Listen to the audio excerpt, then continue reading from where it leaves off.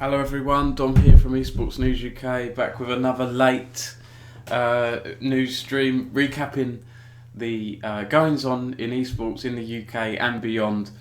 I do have a good excuse this time. When I was putting my kids to bed, I was contacted by a few people with some sad news, and I wanted to write a news post up about that before I started this stream. So apologies, I'm late again. I would like to be starting these streams at 9 PM, not nearly 11 PM, where no one's up and around. Rahula Hoop, thank you for joining, Rahul. Thanks. How are you? We haven't got round to playing a game, have we? We said we'd play some Runeterra or something. I'd love to play. Do you know what? I've been absolutely crazy this past week. Thanks, by the way. I think it was Majestic Ray who followed us. Thank you. Apologies if I got your name wrong. I just glanced the name at the tail end of you following the stream. It's been a crazy week for me because I've been decorating. I haven't been decorating. I'm not very good at DIY at all. I hired someone to paint this room, but yeah. So it's a bit bare at the moment, but it's quite nice. I've gone for a sort of white and grey colour scheme. That is a feature wall, so the rest of the walls and the ceiling are white, and then there's a flash of grey here and there, but I need to get the lights sorted and blinds and other bits and pieces before I move all the stuff back in. So it seems a bit bare. I've just got my computer set up and I've changed the layout a little bit. Naimera, you made it on time. Thanks for joining. Thank you. It's good to have you here. Do you know what? It's so nice to have people. 10 viewers at 11 PM on a Saturday night. You know, I used to go out once upon a time. I used to go out Saturday nights as a student back at Bournemouth Uni, and here I am. I was never a clubber person. I was never a dancey person. I've always done dad dancing before I was a dad, right? The nightclubs aren't for me. This is for me. Esports and maybe not streaming. I'm not fantastic at streaming, but the news side of things certainly. Apologies for my unkempt appearance as well. I'm in desperate need of a shave, and I've got food down me and God knows what. It's been a trying week. I've actually got a bunch of things on my news list I haven't got through. Interviews I'm supposed to be doing. I've got an interview with Adam Fitch as supposed to be going live on Monday. I haven't started editing that yet. It's a nice video interview, which would be. I know he did a video interview with Richard Lewis as well, but we chatted more about other things. So I'm looking forward to that. So, Crazy, how's it going? I'm good, thank you. How are you doing? Rahula Hoop, I'm always around for a game whenever you're free. Let's do something. I'm going to play some games tomorrow, Sunday night, I think, with Nathan Edmonds and stuff. So maybe we can play some games then.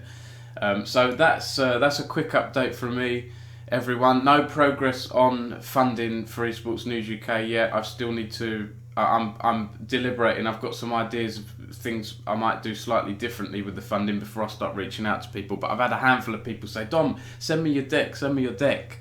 We know someone that might be interested." But I'm just taking my time. Good things come to those who wait, and everything. Crazy said thoughts on NLC Div 2. Do you know what? I haven't been following it super closely. I saw the London United roster was announced, and I did a little bit on that. But the matches are starting this week, right? NLC Div 2. We'll chat about that. I do have a few articles on NLC and some of the not NLC, also the European regional leagues. Rifty is playing with a team with a female player as well. There's a couple of female players in the league. Some people might say, Dom, why are you making it a thing? Why do you have to say women are playing? Well, it's because they're so underrepresented. It is a thing, right? Let's highlight good women talent in the space. Is my viewpoint. Lucent announced their team. I think I missed that actually. I know we updated our roster roundup with the reported roster from Megalodontus, a freelancer who helps with us. So I'll come on to that. But I'll jump into this then. So let's look. So first of all, I want to give a shout out to Alistair, who's become our top patron on Esports News UK. We've never had a patron who's done the top tier. I can't even remember what I've called it now. Diamond tier or Challenger. I think Challenger. And as part of that, you get an Esports News UK t-shirt.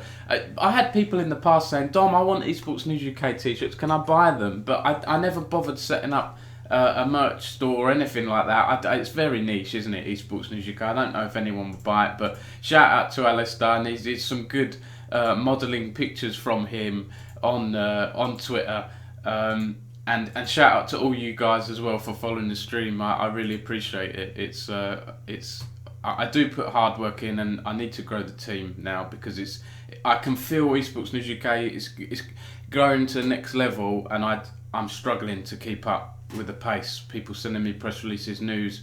I can't keep up with it, so I need to hire a team this year.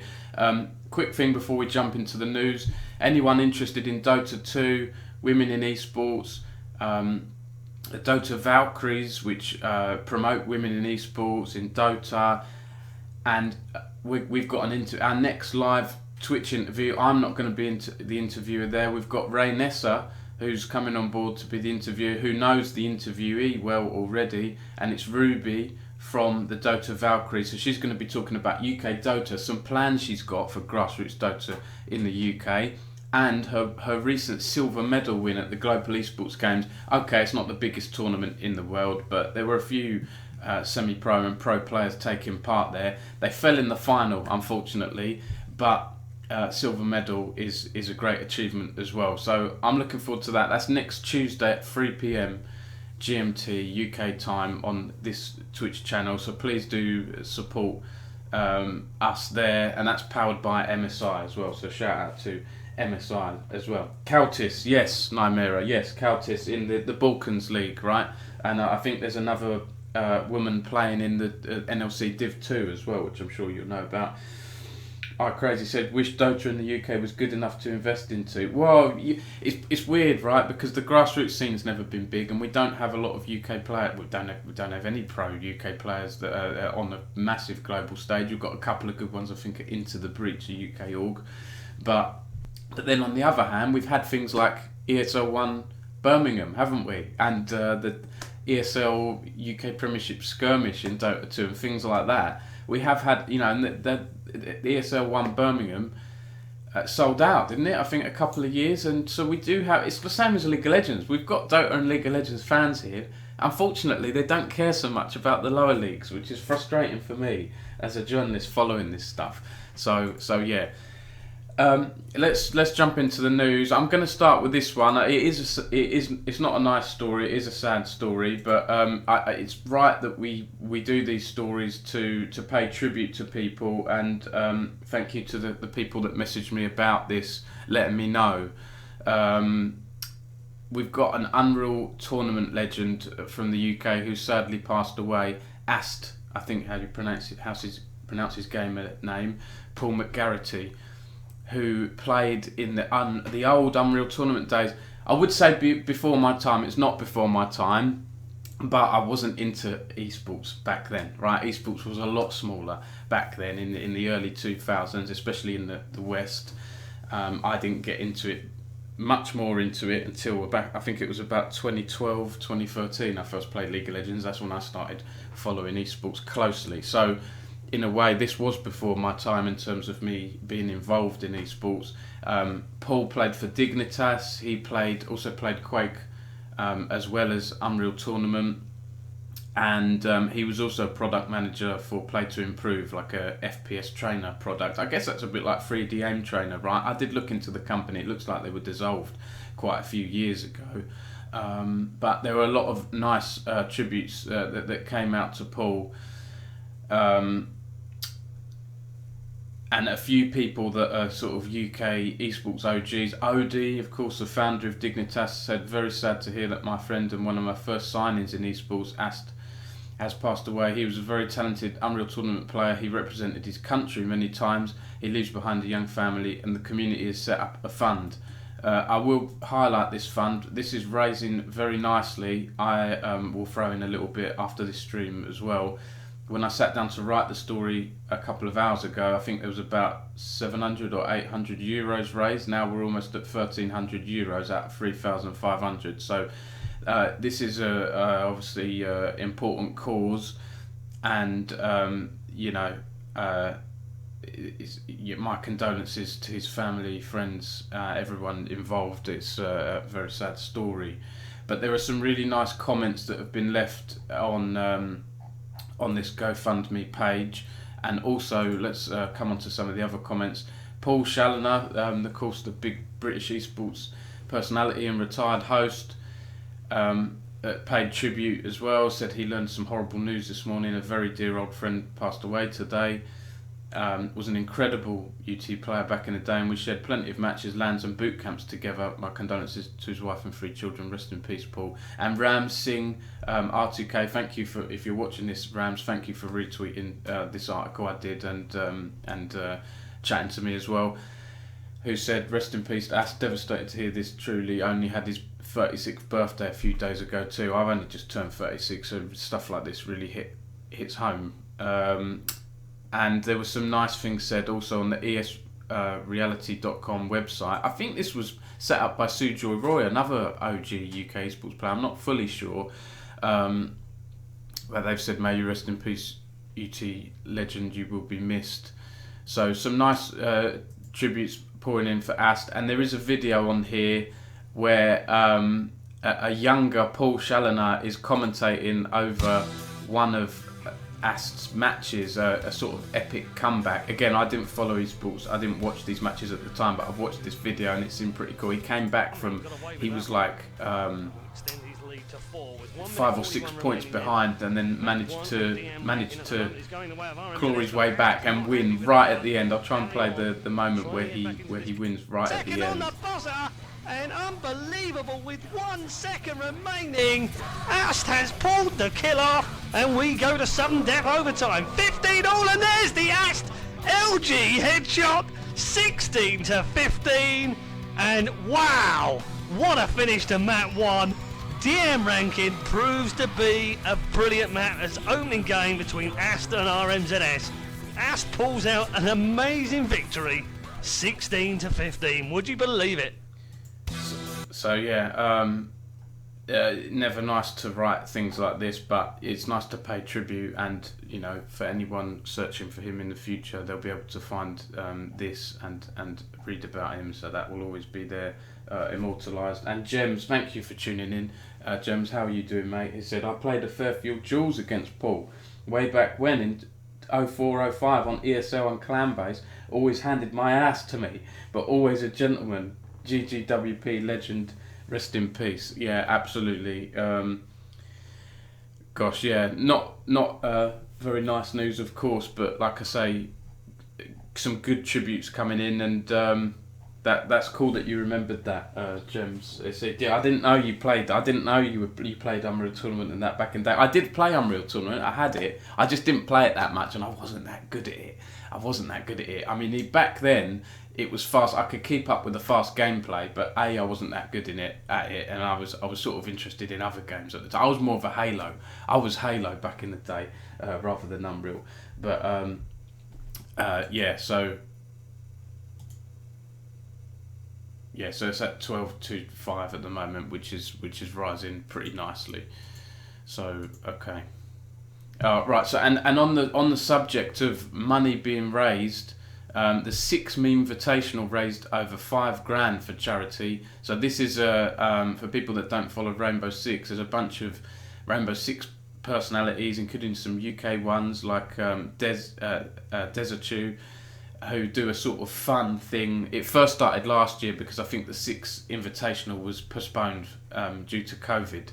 Right, and so they did the meme invitational with a bunch of talent and had a laugh with it, and it's raised money for charity as well. And this actually took place at Nottingham Trent Uni the other day. I can't remember the name now. There's Nottingham Trent, and then I'm awful for forgetting this, but it's part of Nottingham Trent. It's Confetti. That's it, Confetti Institute at Nottingham Trent. Shout out to Atrox and the production team there. There we go, I've written it there, Confetti Institute of Creative Technologies. I did write this article, I promise. Like I say, crazy busy week, information flying around everywhere. Yes, Frigicake, Confetti Institute. Frigicake is in it. Thanks, Will. Good for you to join. You're on my news list, mate. Where are we here? Let's jump ahead. Let's jump ahead to this one. Will, really excited to announce that on January 5th I joined the Riot Games in the UK, Ireland and Nordics office. I'm going to be working on competitive experiences across Northern Europe for all Riot titles. Can't have asked for a warmer welcome from the team. So congrats, Will, and it's nice to see you know, you worked on the old ESL Premiership League of Legends tournaments back in the day, and always was very helpful to me, which I always appreciate and will be forever grateful for. Now you've gone sort of full circle back with League of Legends, and I guess Valorant and other stuff, right, with the Valorant regional leagues. So good luck, Will, in your new role. And it's so it's been 2-3 weeks already. I hope you're settling in okay. Odie, thanks for joining, Odie, and thanks for dropping me a message. Said good article on Astom. I'm glad. I always try and take my time with every article I write, but sometimes the nature of news, you have to do it quickly. But with articles like that, you really do have to take your time and make sure you've got everything right and pay respect in the best way you can. So I hope I did that.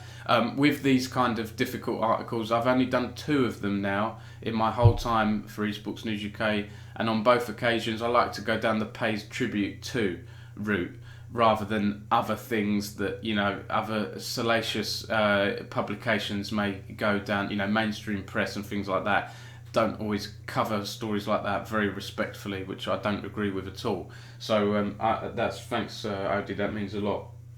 Jem said, one too many wheels in the right office now. Yeah, totally agree. He said, you got Will, you got the Will Buck and that, right? I think I've got his surname right there.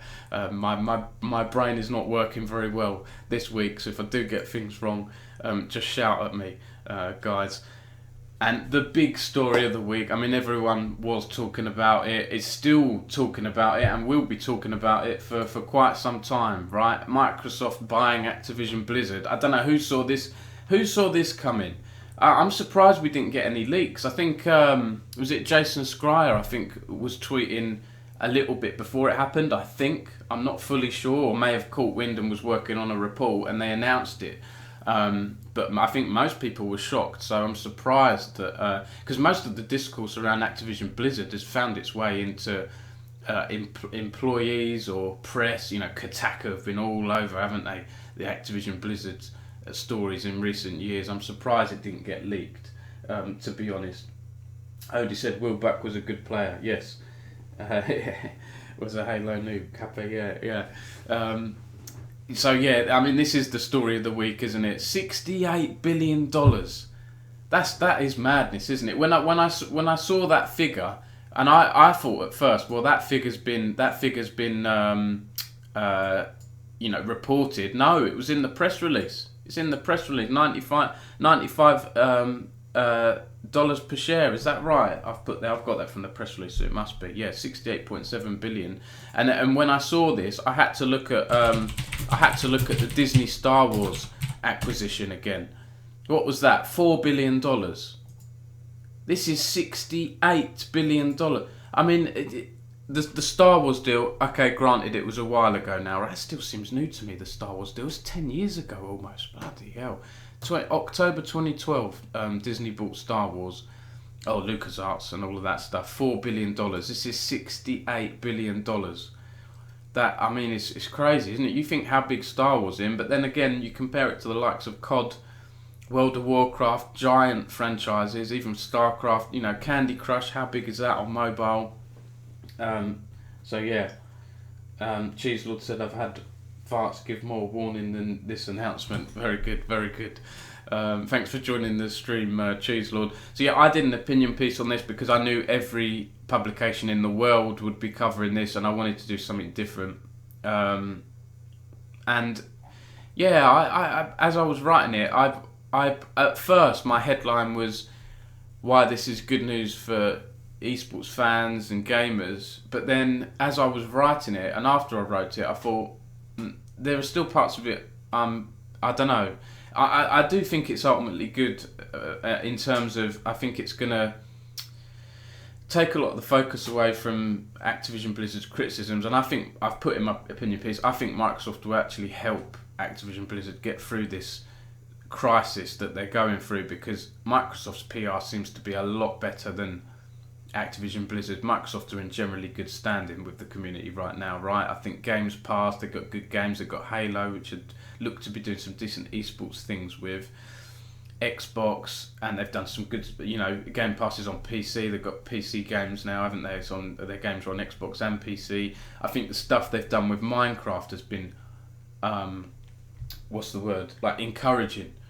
You look at Minecraft, how well they've done with that. I think this could be pretty promising. Yes, they've made boo-boos in the past. Who uses Skype anymore? But I think in the long run, this is good news. I've put a match made in hell ? Because Bill Gates is being looked at the moment, isn't he, for apparent harassment accusations as well. Now I don't know the ins and outs, so I can't say for sure like how serious those are because I haven't looked into them, and I don't know if they're comparative to Activision Blizzard. It don't seem like they're as comparative to the crazy stuff they had with the Cosby suite and all that. All nonsense that Activision Blizzard has, but we'll see, right? We'll see as stuff comes out. So, interested to hear your thoughts. I mean, most of you, I'm sure, will have shared your thoughts on Twitter and stuff for now, but I'm hoping that this is good news for the esports side of things at Activision Blizzard. I hope it's going to help boost COD, Overwatch, even World of Warcraft. I think World of Warcraft could have done esports a little bit better. Like, the race to world first seems to be the main thing for World of Warcraft esports, but Blizzard don't really go big on it. All I see Blizzard do with race to world first is whichever team wins. Ian Hazakostas, the lead dev for Warcraft, or I'm not sure what his actual title is, but in charge of Warcraft development, just puts a tweet out saying congrats Method or whoever it is for winning this the race, and I don't really see anything else from them. Can they make it their own or something? Can they support it a bit better? Warcraft and Hearthstone esports, it seems to have really gone, I don't know fully, but to me it seems like the viewership's gone down a lot since the harassment stuff. And obviously there's been criticisms of COD, hasn't there? And especially Overwatch as well. I'll come on to some COD changes and announcements in a bit.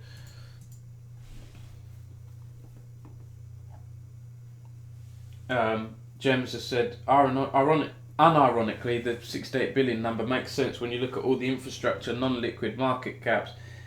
Yes, but still a ludicrous number. Yeah, funny how 2 out of my 5 of my ideas presented to Microsoft in 2017 have come true. I wonder what the other 3 will. I'd love to know what those are, Gems.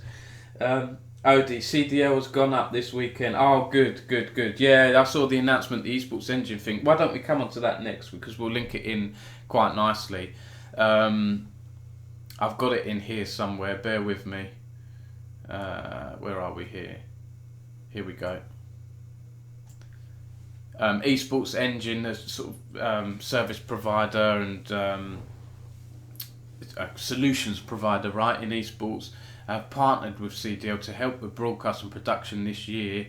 Adam Apicella, I think he's one of the founders at Esports Engine, right, co-founder, yeah, said our team has an outsized passion for COD esports and we're grateful to get the chance to play a small role with the CDL team. This news comes after people were calling for Acti to partner with Esports Engine to do this stuff, right?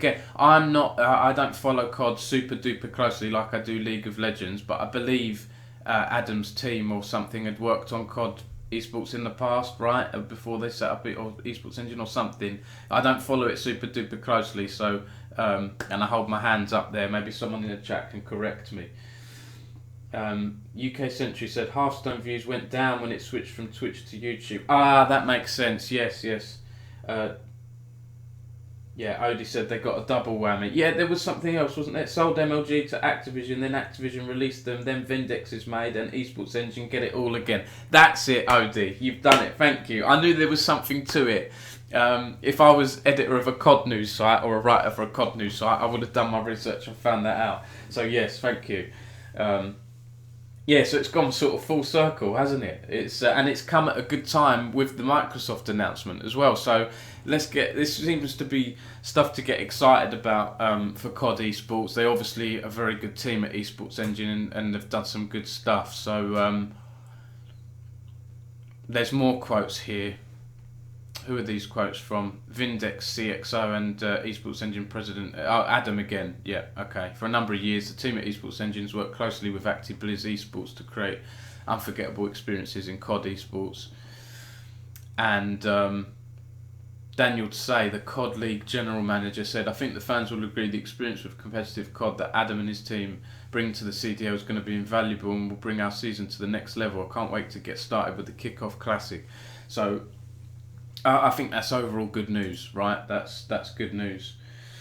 Odie said, I watched the Bloomberg interviews with Microsoft and Activision Blizz and both spoke about the race for the metaverse. Yes. Let's go back, actually, Odie, because they speak about this. They speak about this in their press release. They've said this acquisition will accelerate the growth in Microsoft's gaming business across mobile, PC, console and cloud, and will provide building blocks for the metaverse. These big... this is the next thing now, isn't it? I'm sure. Microsoft, all of them, Facebook or Meta as they're called now, I'm sure the other guys like Amazon, Google and all those giants are going to be looking at the metaverse, right? And want to get there first and capitalise on it. Because whoever creates that first, I don't know, part of the metaverse or a platform that is successful will do well. I remember, I'm old enough, OD and Gems and some others in the chat will remember when Google came about, when search engines became a thing, right? I remember being back at school where you had Alta Vista and Ask Jeeves and all this stuff, and Yahoo. I preferred Yahoo as a kid back in the day when I think I was 13, 14 when the internet started getting more popular. But Google capitalised, didn't it? Google. When I looked at Google, I thought this one looks a bit basic and a bit boring. But it done the job. It got the basics right, didn't it? The searches were more accurate.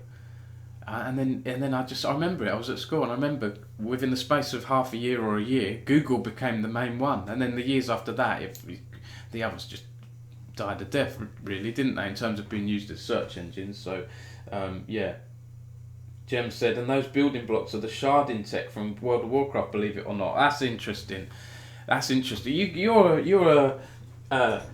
got a good repertoire of knowledge, Gems. You've got some good inside knowledge. You have. We should have more chats. 100%. Yes, the sharding tech is. I like the sharding tech for all of WoW's faults in recent years. Let's not forget it was the MMO, right? I do think Riot's have got the chance to capitalise on the MMO market. The following for League of Legends is at an all-time high, isn't it? 180 million players now plus across the league titles. They've got card games, they've got console games, Ruined King, they've got TFT, Auto Battle, they've got all these spin-offs, they've got Netflix shows. Riot get this right, I think their MMO can blow the others out the water if they get it right. And MMO launches are never smooth. But I've got good hope with Riot. I hope they do it justice and they do it well. They've got the potential. They've done all this world building, haven't they, with Runeterra and the world of League of Legends now. I'm very, very excited. I haven't played an MMO properly for years. But if Riot get the next one right, I'll be very excited about that. Maybe I should launch a news site about it, right? I'm sure there'll be some people, many sites launching. Sketchy LPT, thank you for following the stream. Jem said, Arkuraf said, Riot growing a monopoly. Thank you for being on the stream, Arkuraf. Jem said, Riot will blow everyone out of the water with how they've been managing their IP these last 2 years. Yes. Joel, thank you for following. Is that Joel, former Excel Method Joel? Or is that another Joel? Jem said, Valorant being a standalone, more free to explore IP than League makes them super flexible. Looking forward to getting the inside scoops from Will. 100%. Jack272, thank you for following. We had a string of followers there. Thank you. Where was I then? So I did a little Twitter. Let's bring this back. I did a little Twitter thread on the Activision stuff, and I also called out some of the corporate speak. Microsoft Gaming CEO Phil Spencer said Activision Blizzard has earned vast wellsprings of joy and respect from billions of people all over the world. Oh God almighty, so corporate speak, some of it I can't stand, I have to say. I know they have to speak nicely in press releases, but yeah, some of it I can't stand. And another bit of good news that came out of this announcement, Phil Spencer said, the Xbox boss, he said I was looking at the intellectual property list with Activision Blizzard. I mean, let's go. King's Quest, Guitar Hero. I should know this, but I think they've got Hexen. They have. I looked it up. Spencer said the Xbox team will talk with developers about working on a variety of franchises from the Activision Blizzard vaults. And he said, we're hoping we'll be able to work with them when the deal closes to make sure we have resources to work on franchises that I love from my childhood and that the teams really want to get. I'm looking forward to these conversations. I really think it's about adding resources and increasing capability. Shout out to Phil Spencer. He seems to be doing the right thing. He's a gamer, isn't he? He's one of us. And the fact that, I mean, he grew up with those games like I did. King's Quest. I've got such magical memories playing the old King's Quest games. Police Quest. Zoomers in the chat, I'm watching this. Have a look at them. I'm sure they're on Steam or GOG.com or whatever, but King's Quest was like the fantasy one. There was Space Quest and Police Quest. It's like a point and click adventure game, but you had to type things in, I think, like open door. The Police Quest game was so brutal. I remember being stuck on that for days with my old friends in my football team when I was growing up, when I was like, I don't know, 7, 8, 9 years old. When you got in your car out of the police station right at the start, your car would blow up every time there was a bomb in it. And how the hell did you figure it out? Well, you had to walk around the car like in a circle as a security check. And who the hell, like it wasn't even. We spend hours doing check car, look under car. No, you have to walk around the car in the inner square to figure out that puzzle. They don't make them like that anymore, and it makes me sound old. I know. Joel said it's a different Joel, mate. Well, welcome all the same, Joel. Thank you for tuning in. We do esports news recap streams here every week. If I had more resources, I'd do more of them, and we try and do midweek interviews as well.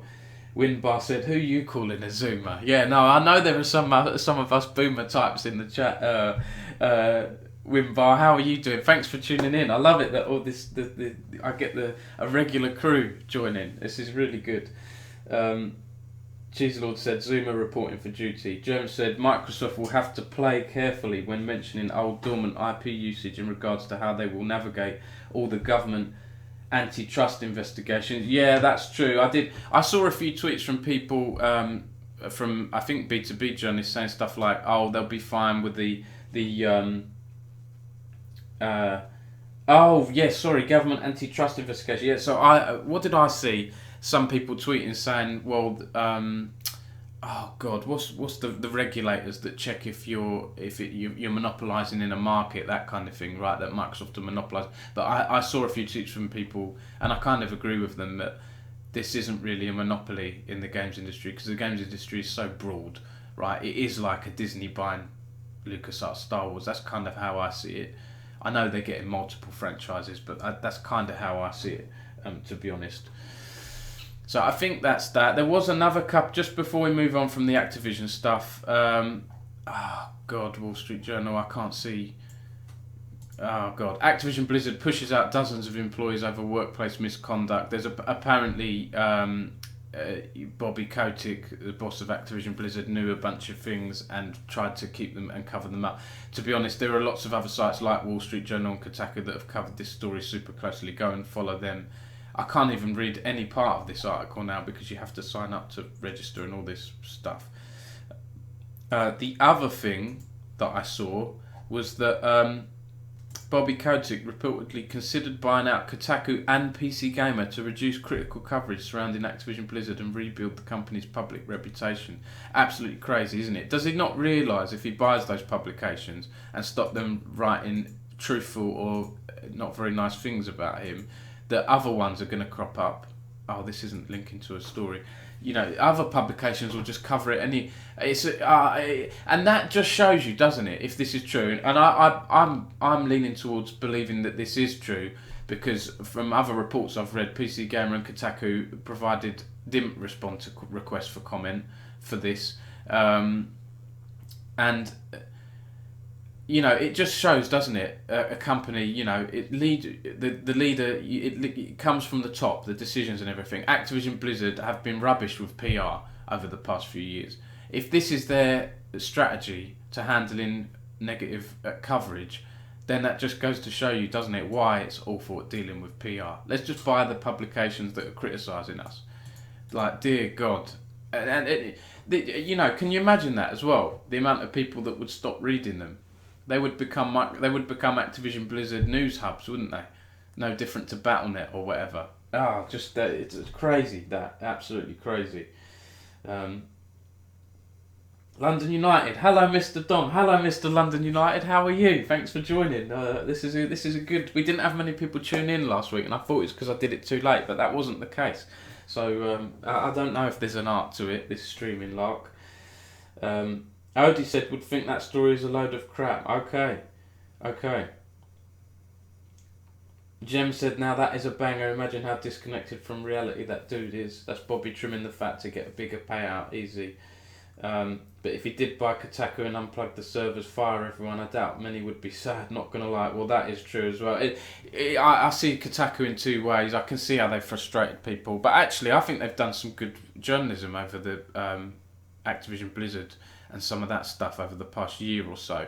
And also, the riot sexism stuff, that was them, wasn't it? Cecilio Dinastari, I've forgotten, I can't pronounce her surname, but they've had some good reporters for them. Wimbar said, gonna buy Ian UK for better Epic Land coverage. Yeah, Epic Land News UK. Talk to me after this, John. No, I'm joking. Jem said, but if he did buy Kotaku... Oh, yeah, I've read that one, haven't I? I've read that one. Okay. Let's jump ahead then. So another big story we had this week. This was more UK oriented story. Guild Esports revealed more info on new headquarters, academy and merch drop in London after signing 10-year lease. That's HQ, but the bigger story I think for Guild was that they've announced their biggest ever sponsorship deal worth £4.5 million with Bitstamp, and they also reached the Valorant VCT EMEA Challengers this year, the first Challengers one. So I know they've been wanting to qualify for that for a while, or they wanted to do well in... did they get to one, I think, last year? I think they got to one and they had a disappointing showing. Or either that or they had some disappointing showings in the qualifiers. I remembered that. So, and they're going to open this London headquarters. But this is a big deal, obviously. Cryptocurrency exchange partner. Then more and more of this. I've had a client on board recently who I'm helping with... helping them with their esports knowledge and stuff, and it's made me realise when they asked me about crypto, and I've been looking at crypto, we've had a lot of announcements over the past year, haven't we, or the past half a year, esports and cryptocurrency and NFTs. G2 did a NFT thing which we'll come on to in a minute, but yeah, so they're going to do content collaboration stuff. Bitstamp has been supporting investors, traders and financial institutions since 2011. So they've been going for quite a while and has 4 million customers worldwide, but has been doing more crypto stuff. It says in 2014 the exchange became the first to conduct a financial audit of a crypto firm, right? So that's pretty early days, isn't it? I got some Dogecoin back in 2013, which I still can't blooming access because the platforms have changed, and I've got it sitting somewhere, and I only bought like 20 quid's worth, but that's worth about $500 now. I need to figure out how to get it. It's at the bottom of my to-do list though, so I don't know. Majestic Ray said, one day we'll have these esports orgs go up north. Yes, yeah. Do you know what? I had some, when I put the tweet out on this, I had, let me try and see if I can bring it up here. Because when I put the tweet out, I had a few people saying, why aren't we getting headquarters in the north? So of course the guild are going to be in Shoreditch. Their headquarters are going to be in Shoreditch. So we're getting quite a few esports businesses in Shoreditch now. We've got Fnatic there, who opened their office in whatever it was, 2017, 2018. Then you've had XL Esports, who've not long opened their office in Shoreditch. Now we've got Guild. You've also got the Red Bull Gaming Sphere and a few others as well. Winbar, you mentioned a few. You reminded me. I was mainly, when I put my tweet out, I was mentioning orgs, but I should have said, yeah, there's other businesses in Shoreditch as well. Here we go. And where is it here?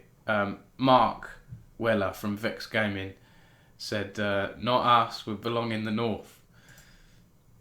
Empower the people, start a revolution, Mark said. More jobs for the north. Sorry, getting a bit carried away now. But yeah, no, I do agree. But Endpoint as well. So I updated my article because Endpoint tweeted, Adam Jessup from Endpoint, I think they're going to have a base in Sheffield. Where is it here?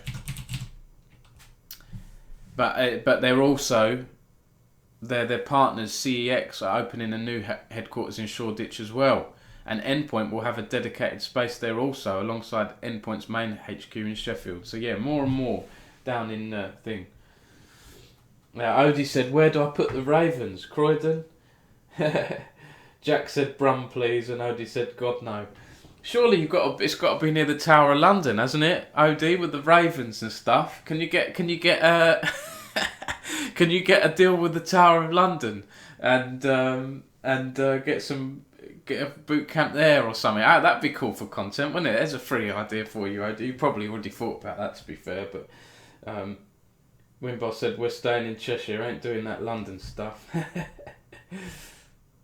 I think, to be fair, if I had an office for Esports News UK, it'd probably be around there or East London. I do like the the here East is pretty convenient for me to get to. Well, the thing is, I don't live in Essex anymore, so it's not. So I'm happy with this for now. I'll be remote even if I grow the team. I think. Oh, we already do, Odie. Oh gosh, I didn't realise that. Historic Royal Palaces. Oh, why did I not know that? I didn't know that. I know your announcement video, that was really cool, right? You had, I think, some shots and things there. So, yeah, okay, so moving on from Guild. So, yeah, on the crypto and NFT stuff, I did an article on this. I know it's not UK, but G2 have been sending me press releases lately, and they've been doing some good things. I like the fact that they launched a record label, and Carlos retweeted me. Thank you, Carlos. I don't expect Carlos will be tuning into my streams, but I did like that he retweeted me. I know it's positive PR for him, but it also sent a bunch of people my way as well, which was nice. But I thought this was pretty interesting. I know there are some people that can't stand NFTs and crypto, and there are other people that do. There's a bit of a debate going on, isn't there, in the gaming community, in the esports community, of people that like NFTs and crypto and those who don't. And I see some heated debates going on Twitter over the past few months around this. I think it's hard to say whether it's here to stay, but you've seen Ubisoft, Konami experimenting with NFTs. I think it's only going to increase in relevance, isn't it? I do think it's going to get more popular, but it does worry me somewhat that these publishers targeting younger gamers. Are we going down this whole route of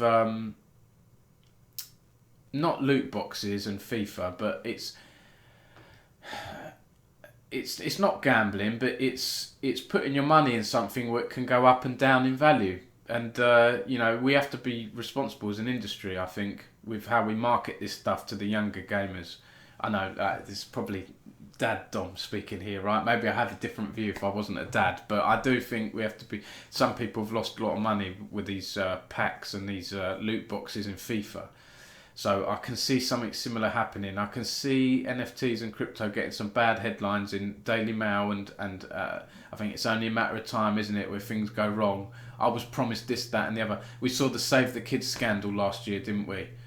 Which I had a lot of impressions for that. It's just an article that still gets a lot of impressions today. It's a big scandal. I think we're going to see more of this stuff. But anyway, not to be too negative. I think this is quite interesting from G2. They're going to create a samurai army with randomly generated NFT profile pictures, and it's gamified, right? So you get your samurai picture, and then you develop the backstory of your samurai. You defeat virtual bosses. I don't know how that's going to work. You defeat bosses and win rewards. And some of the rewards are live chats with official G2 pro players, and games with G2 streamers, and expenses paid trips to major esports events and more. I mean, that's pretty damn cool, isn't it?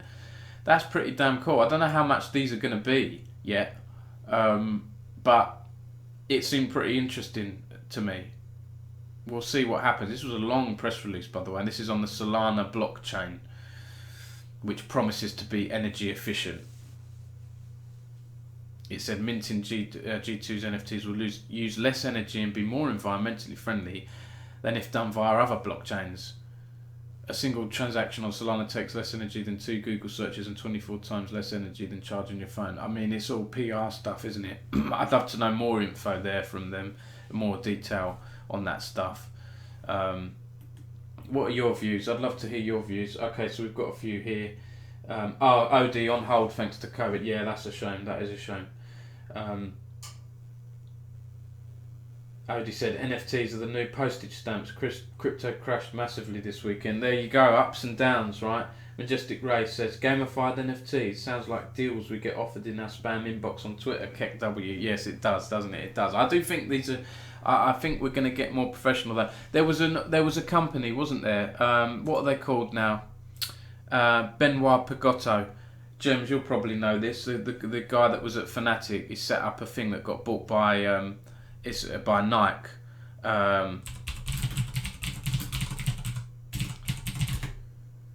There we go. RTFKT. Wow, valued at $33.3 million. I mean, this is still a relatively new company, isn't it? My God, £25 million. Should I go and make a cryptocurrency news site? I mean, I could. I wouldn't feel passionate about it, but I could do that. Nike commits to the metaverse with virtual footwear acquisition. This sounds interesting, this RTFKT thing. I won't go too much into it because it's not really esports, but you do have a link there from, founded in 2020 by Benoit Pagotto, Chris Lee and Stephen Vasilev. Aims to redefine the boundaries of physical and digital value. And let's go on the, while we're talking about this, let's go on the RTFKT website because there's some interesting stuff. There we go, Germans, Artifact, Odie said, have you seen what Henry G is doing? Oh, I think I have. Yeah, I can't remember what it is, Odie. Magic mushrooms. Is he doing a mushroom thing? Is that the Richard Sims thing? Is that Richard Sims is doing a mushroom NFTs, isn't he? I think those virtual mushrooms. Oh, this website's changed. This has literally changed the other day. This is I went on here the other day and it had all this cool virtual avatar stuff. They've changed their website. Oh, that's annoying. I wanted to show you the stuff they had on there that was quite interesting in terms of the metaverse, which we were talking about. Oh, this might be it. Clone X, this might be it. Yeah, this is it. So, yes, non-fungible fungi. That's it. I didn't know Henry G was involved with Richard on that. Majestic Ray said, I think NFTs can be used well, but they aren't really at a point where they have much real value yet. G2 and London United are some examples of orgs that seem to be finding more creative ways to make them actually worthwhile. Curious to see how their projects develop. Yeah, apologies, I should have mentioned London United did some cool NFTs, and I actually put a link to that in this article. Where is it here? Have I gone off this article now? This is the guild one. Blooming thing. Let's have a look here. I think I put it. There we go. London United launches NFT collection supported by the Rio Ferdinand Foundation, and that was cool. They had a scavenger hunt, didn't they, around London, which was pretty cool with some of these things, and that was good that they teamed up with the Rio Ferdinand Foundation to do this, which was pretty cool. This was half a year ago now. My God. I updated it in November. But anyway, yeah, I was just looking at this. So Nike have acquired this, and this Clone X thing, avatar project, right? I'm guessing you have these avatars, right? And you can walk around or explore the metaverse and meet with friends in a 3D world. Clone X wearables, dedicated clone inventory, new collection drops, customize your clones as you wish with unique wearables from RTFKT and creators. Forge unique physical collectibles created from your clone. Get that crazy jacket in real life. I mean, that is damn cool, isn't it? That is, I have to say, that is pretty damn cool. You've got a unique digital item and you've made it in a real life one. It's like, I loved what Riot did with the, when you get to a certain rank in League of Legends, I peaked at gold and I bought one of those shirts where you have your gamer tag on the back and then gold on the front, and you can only buy the elo you want if you reach that elo in the game. I love that stuff. You do something cool in a game or a digital world and you get access to the challenger jackets are cool, but it's damn hard to get them, right? I think I'd like to see more across the board. Celebrate hitting gold. I'll never hit gold again with the lack of time I have. And look at this, space pods. Your space to customise and upgrade and show off your NFTs and hang out with your clone friends in space. I mean, that reminds me of Cyberpunk. I'm playing Cyberpunk at the moment, finally, and that reminds me of the style. It looks like that. You walk around your own cool sort of futuristic hub, you invite friends over. I mean, it's crazy, isn't it? It is pretty cool. So yeah, I'm open-minded with this stuff. I think Metaverse is going to be pretty interesting. We'll see what happens. Yeah, Jem said avatars, rooms, drip, etc. Ben Wise killer. He is, yeah. I remember going to hearing a talk from him a few years ago at the Fnatic HQ, which was very interesting. He was talking about merch and stuff. It might have been an Esports Insider thing actually. I can't remember now, but let's not get carried away. There's still downsides to NFTs, and this is relevant to maybe not esports, but this is relevant to gaming and games personalities. Big British YouTubers, gaming YouTubers, James Stephanie Sterling, also known as Jim Sterling, historically Jim Sterling, and Cadicarus, I hope I've pronounced that right, aka Jim Caddick, and others have criticised NFTs after tokens of them were made without their permission. This is madness, isn't it? Jim Sterling said, frankly not surprised that some freeloading leech turned my channel into an NFT. As gross as it is, I find it justifying. I did not consent to this, I do not want this, and it demonstrates everything I've said about how disrespectful and exploitative this market is. Scum. Seriously effing violating when I think about it though. I mean that's with anything, right? If someone's using your likeness, if someone goes and makes a Fnatic NFT and tries to sell it and they don't have any rights to Fnatic, they're going to get sued, aren't they? So these YouTubers will probably hit back. I think that at the time of writing this article, Jim Sterling or James Stephanie Sterling, I think Jim Sterling is the brand name as they've said, so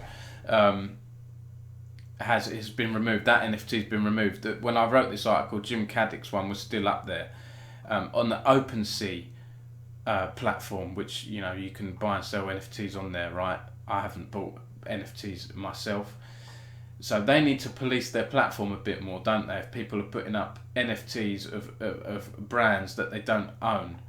And Jim Caddick said, at least if you stole my SHIT and tried selling it off, make a t-shirt, a mug or a thing that you can use and enjoy. Shilling off a profile picture for a collection you can make yourself on a Facebook photo album is honestly a new level of pathetic. Lol. Jem said it was an ESI event. Yes, I do remember that now. I do remember that. And there was another horrible one here. Australian YouTuber Alana Pierce, I think formerly of IGN, said, I cannot wait for the lawsuits after an NFT was made of her on a mock adult magazine cover without her permission. And well, what is this? Is absolute madness, isn't it? She said, I cannot wait for the lawsuits. People are selling this stuff without YouTubers, without people's permission. It's pretty crazy, isn't it? It seems to be happening across. Who's policing this stuff? OpenSea need to sort out some of this stuff and take responsibility. An OpenSea spokesperson told The Gamer, it's against our policy to sell NFTs using plagiarized content, which we regularly enforce in various ways, including delisting and in some instances banning accounts, as was the case here. We're expanding our efforts across customer support and site integrity, trust and safety so we can move faster to protect and empower our community and creators.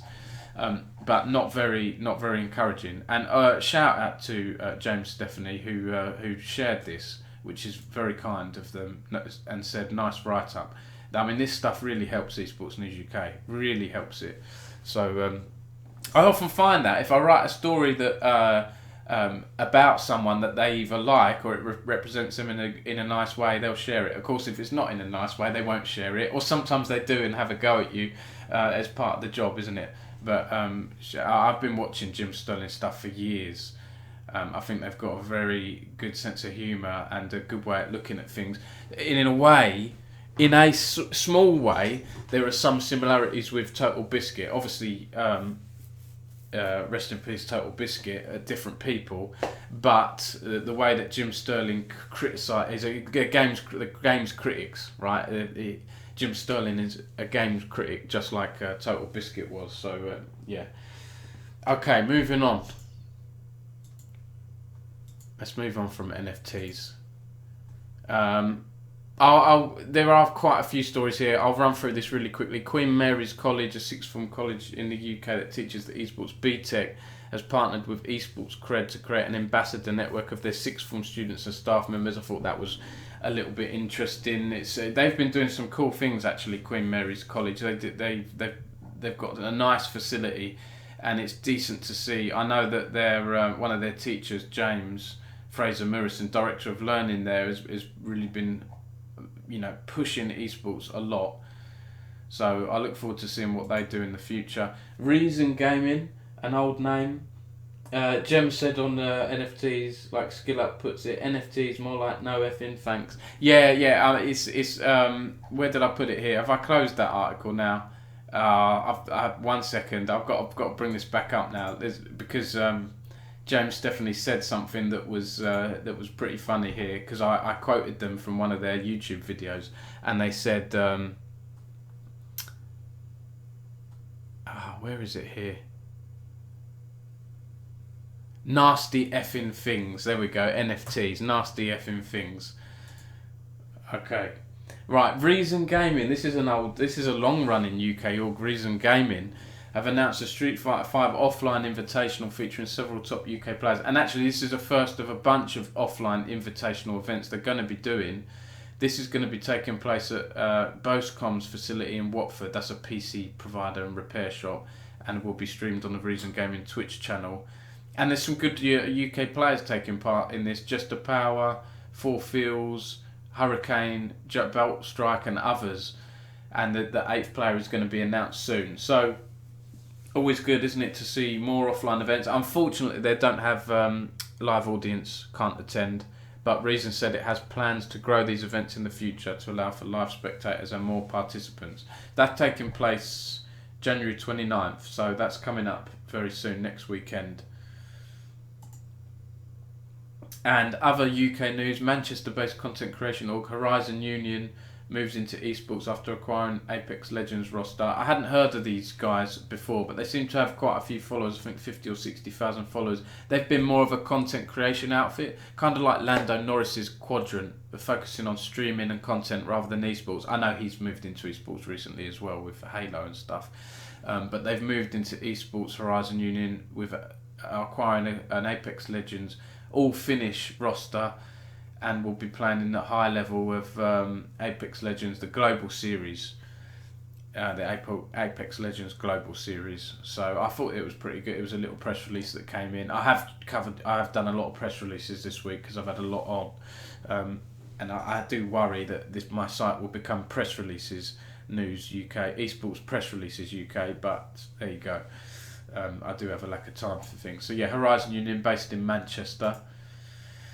And speaking of crypto and stuff, there's a bunch of UK talent got involved with a CSGO Thunder Pick Bitcoin series, where the prize pool is in Bitcoin. Since I covered this, I haven't had time to look into this. We had a UK org, Into the Breach, that were in a final of a closed qualifier, and I'm not sure if they made it through or not, but there's been some UK casters, Crema and Leg Day were involved in this as well. And the all UK CSGO team of Into the Breach. But I need to see, I think I put a link into Liquipedia. Let's have a look what happened here. Oh, hang on. It looks like Berlin International Gaming got through. So sadly, the UK team didn't make it through. Let's have a look here. Yeah, big beat Into the Breach 2-1 in the final. Oh, that's a shame. That's a shame because there was only one slot from the closed qualifier to go through to this. And this is happening, it starts in a couple of days on the 24th of Jan. And I was quickly corrected as well by Duck. Shout out to Duck from Wolves and the CSGO, old CSGO journalist. It's not the first Bitcoin prize pool esports tournament. I thought it wasn't either, but they build it as, these press releases. Oh, this is the world's first. No, it's not. Don't put that in your press release. It's very frustrating. Odie says, do you use Duked? No, I don't. Do you use that, Odie? I don't use that, I have to say.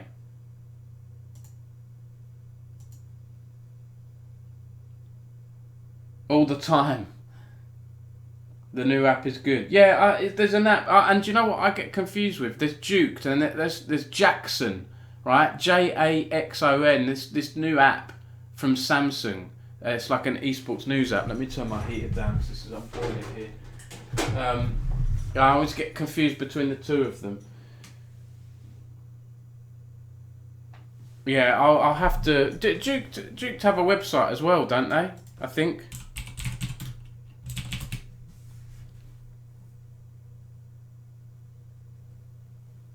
Is this for a specific game, OD, or do they do a bunch of games? I think I have used this before, but okay, so they launched into alpha 3 months ago. The Duke to alpha is here.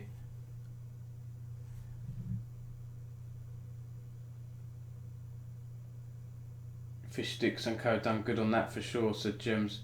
Oh, yeah. Oh, yes, it was a streaming thing. I to be honest, I forgot.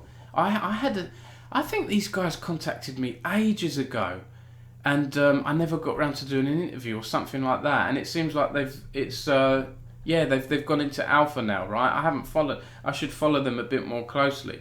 So it's a place that hosts multiple streams, right, and stuff like that. There we go, live. Team Liquid versus FlyQuest. I'm guessing this is the LCS, right? Yeah, there we go. Oh, yes, of course. Yeah, no, I haven't. I should use this more. I should use this more. Let's, where's the volume? Turn the volume off on this. There we go. Yeah, OD, I'm looking at 5 streams on there right now. That's very handy, isn't it? So I'm guessing they have Toronto Ultra. Is this the COD? Yes. Yeah, that's very handy, isn't it? Yeah, but is this now? Duked is just esports, isn't it? It's just esports tournaments. There's not streamers on there, right? Or are they going to have streamers as well?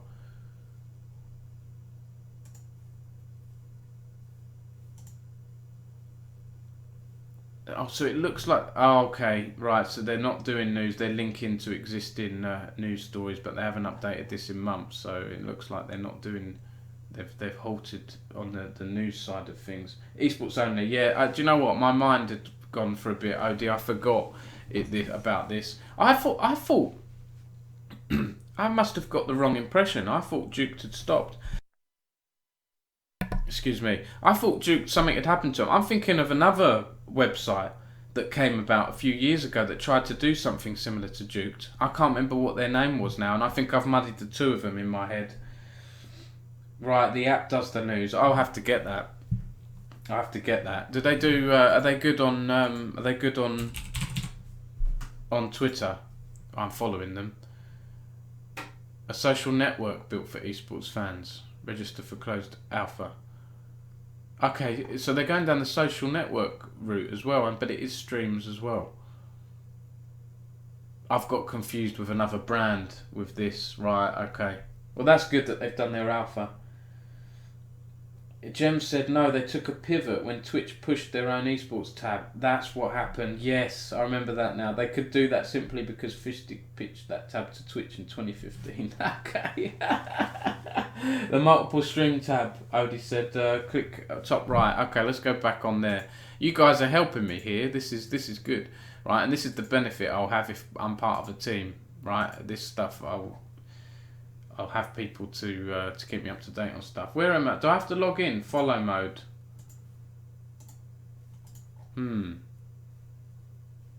Top right, top right. Am I? Can you see this, Odie? I've got follow mode. Oh, you have to log in. Okay, I'll do it. I'll leave this open. Okay, I'll do that, and I'll also put a bit of money into the Scottish Unreal player as well. Paul, that was it, Paul. Right, so I'll do those two at the end. Okay. Right, where were we? We're about halfway through now, chaps, actually a little bit over. British Esports Association.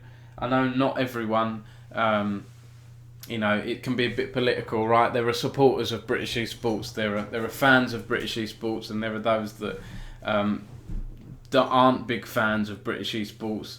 I saw them described, I think Adam Fitch described them as wannabe gatekeepers of esports on Twitter the other day.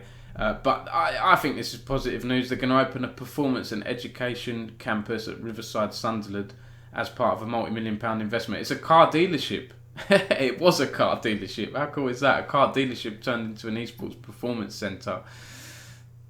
And the aim is to nurture and support the next generation of talent. There we go, yeah. They've acquired a former retail car showroom premises adjacent to the Stadium of Light, where it will establish its National Esports Performance Campus. I mean, that's cool, isn't it? When you've got the football matches taking place there, maybe they can do a deal with the Stadium of Light somehow. I don't know. We'll have state-of-the-art equipment.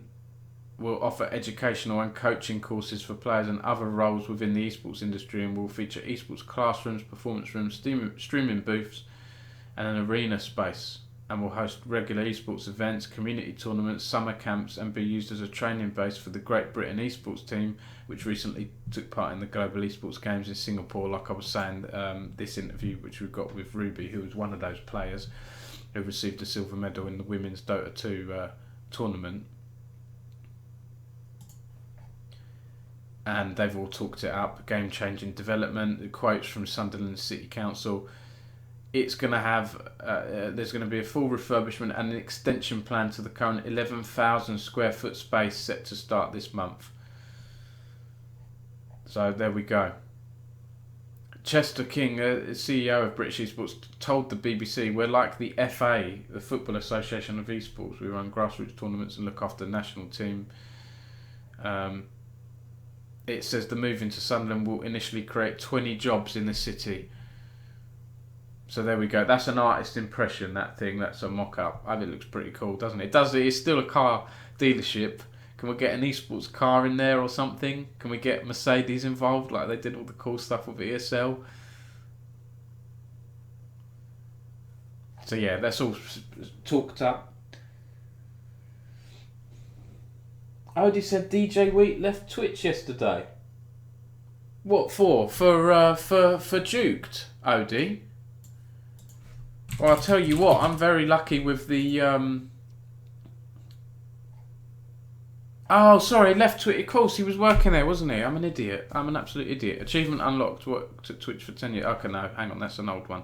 Okay, here we go. Thank you from the bottom of my heart. I'll miss serving you within Twitch and promise to remain as an ally for creators even without my wrench. Oh, is he in tears? Oh, bless him. Thank you for putting your faith and your trust in me. I know that I always didn't get the results that you wanted, but I hope you know that I fought for creators until the very end with every ounce of might and passion that I have, and I'm still gonna keep doing that. But you are the reason why I worked at Twitch for 10 years. You're the reason why I woke up in the morning, and you're the reason why I would stand up in a meeting and I would start yelling, because that's how much the community meant to me. Oh, bless him. That's 10 years. Wow. Obviously a legend in esports and gaming. And I'll play you another clip here as well. I'll read your comments out first. Jem said, "I do find it weird that the British Esports Association only use the association part of their name inside UK marketing. Anywhere else around the world, it's just British Esports." But yeah. And yeah, they do refer to themselves as British Esports quite a lot. That's an interesting point, Gems. Wimbar said, "Stream your tournament and buy a new Audi while you're there." Yeah. Odie said, "Sunderland, it will be Nissan." That's true, Odie. With DJ Wheat, hopefully we'll get the best esports commentator back. Let's see what he does next. I wonder what he chooses to do next. That's a very good point. Jem said, "I still have watery eyes whenever I think back to the ESI Hall of Fame video I made about him." Yeah, I remember that. That was really good, actually. I remember was that the first one, Jems? Was that the first ESI Hall of Fame, I think, or the second one? It was one of the two, wasn't it? I'm just going to play... I'm not to take anything away from DJ Wheat, and this does involve him, but DJ Wheat, did you know, here's a little fun fact for you guys, DJ Wheat is the... I'm not watching myself stream right now. Oh, I can't get it up because I'm streaming. God damn it. If you go on the DJ Wheat, if you go on the Esports News UK Twitch page after this stream, the offline, the intro video as of DJ Wheat, bringing up one of my articles, the Thorin I Am Esports article with Slasher, and DJ Wheat saying, "Esports News UK, I didn't know they existed," and Slasher said something like, "Yeah, don't worry, nobody else does as well," and they took the piss, but it was all nice. I put a tweet out. Slasher follows me, so he can do one. He follows me on Twitter, so he knows we're a small niche site. But anyway, I made that little clip of them taking the mick out of Esports News UK, the intro video for the Esports News UK Twitch, because I thought it was quite funny. Jim said, I did Carmack, Jason Lake and Puckett on the first iteration. That was it, yeah, that was the first one, Jason Lake. Odie said he has disappeared off Earth. Well, who? Slasher? Yes, he has disappeared off the Earth, hasn't he? He had some weird accusations against him about that thing where he promised a woman a job in esports or something, right? If she'd introduce him to another woman or something like that. I don't know. It was a load of drama. I didn't follow it closely, but after that he seemed to disappear. But this was literally this was like the other week, Odie. This was, well, you know, the thawing stuff, right? So this was whenever it was, late December, early January. Slasher came back for a stream with DJ Wheat, so he's still around, but he hasn't tweeted since last summer. So I have to see what he does. I mean, he was good for Esports News on Twitter, wasn't he? He was really good with his news and stuff. So I don't know. I hope all of that, whatever drama stuff, can get sorted out and he can come back and start doing news again. Oh, Jem said Rod's doing fine, lads. Don't worry. Okay, good to know. I want his news back. He's a good person to follow. He's a good source of news and stuff. Odie said I've known Wheat since 2002. Wow. Did he do the old? Was it the CGS stuff, Odie? Your Birmingham Salvo stuff. Did he do that stuff? Because again, DJ Wheat. A lot of those early tournaments were before I was in esports and stuff. He came from Quake. Yeah, there you go. Yeah. He was in CG. There we go. Yeah. I remember reading, there was stuff in Paul Challoner's book as well, and the documentaries you've done. I remember it from then. He did pretty much everything Arena FPS, Jem said. Okay. Well, I'm guessing he would have cast or known of Paul as well, right? The sad story from the start of this stream. I'm guessing he would have known him as well. Yes. Jem said pretty much coined the name of shoutcasting. That's interesting. I don't actually know where that came from. Again, in Paul's book, I remember he covers some of that early stuff and where some of the terms came from. But yeah, I forgot about that. Winamp plugin he used. Yeah, I remember Winamp. I remember Winamp when I was at school, around that time of Google being on the increase and all that stuff. God, that takes me back. Winamp. I remember when I was getting into rock music and new metal, that was Winamp. I played all those old songs on Winamp. Yeah.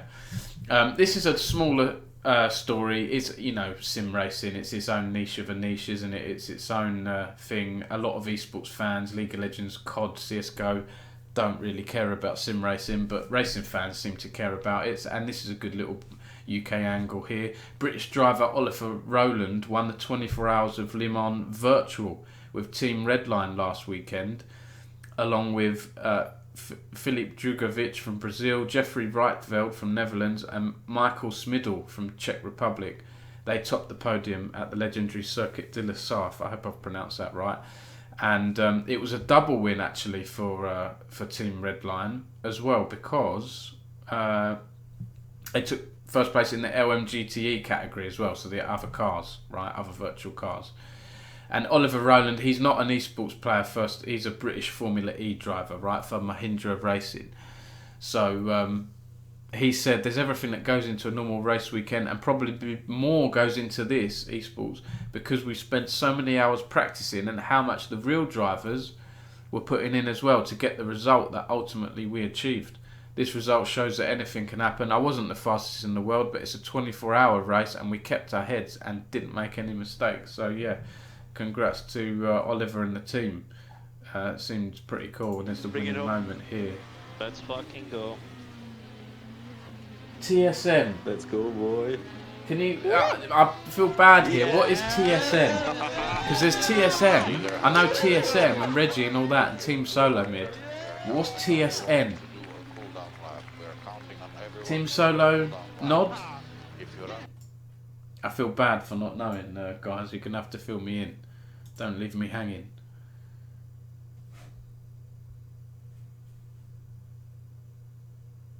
Oh, my Roomba is called Reggie. That is a great fact. I love that. Team Sportscast Network, Gems. Okay, cool. Your Roomba is called Reggie. Now, is it called Reggie because you wanted to call it Reggie, or named after someone else you know, or is it Reggie after the TSM Reggie, OD? And it's I'm keen to know that. That's pretty funny. I need a Roomba. God damn it. I do need a Roomba. Are they good on carpet though, Roombas? They are, aren't they? I seem to think they're better on the hard floors. Early Winamp shoutcasting, right? Okay, Team Sportcast Network. Oh, you can't remember why Reggie is called Reggie. Okay, I imagined if it was named after him, you could put a picture of, put a sticker of his face on it or something as he goes around the room. I don't know. You know, talking of Roombas, actually, here's a shout out to an old FPS player as well. On screen, is this still his pinned tweet? Yeah, it's still his pinned tweet from December 20th, 2017. Look at this: 28,000 retweets, 50,000 likes, 1.5 million views. Has this got sound?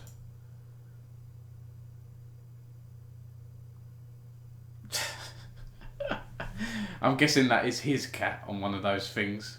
Oh, he's put the basket on top of the Roomba thing. There we go. Yeah, that poor cat. It's a funny thing. I love that. On the screen, there's a popular streamer now, and obviously FPS player and everything. And his most popular tweet is a 5-second video of his cat on a Roomba getting stuck under a furniture. Odie says, I have 2 Roombas and a robot mop called Trevor. Nice, I like that a lot. A robot mop? What? Odie, I want to know what a robot mop is now. Can I look this up? Robot mop. What is it? So it's like, I've got one of these steam cleaners, these steam mops, but I actually move it myself. Oh, right, is it one of these things? Oh my god, that is awesome, isn't it?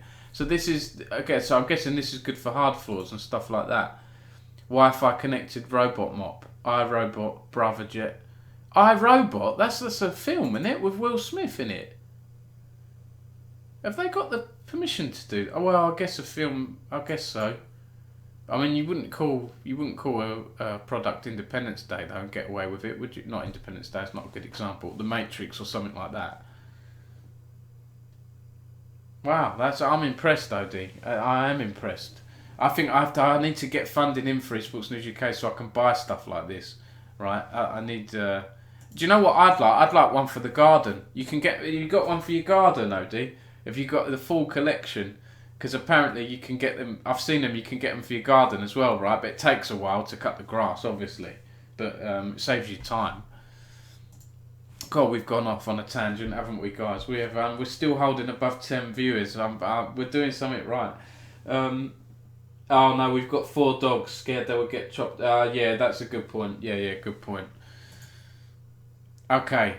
Last few stories here, about 10 or so here. This is what I mentioned at the start. And Nymera, if you're still here, I guess this is relevant to you.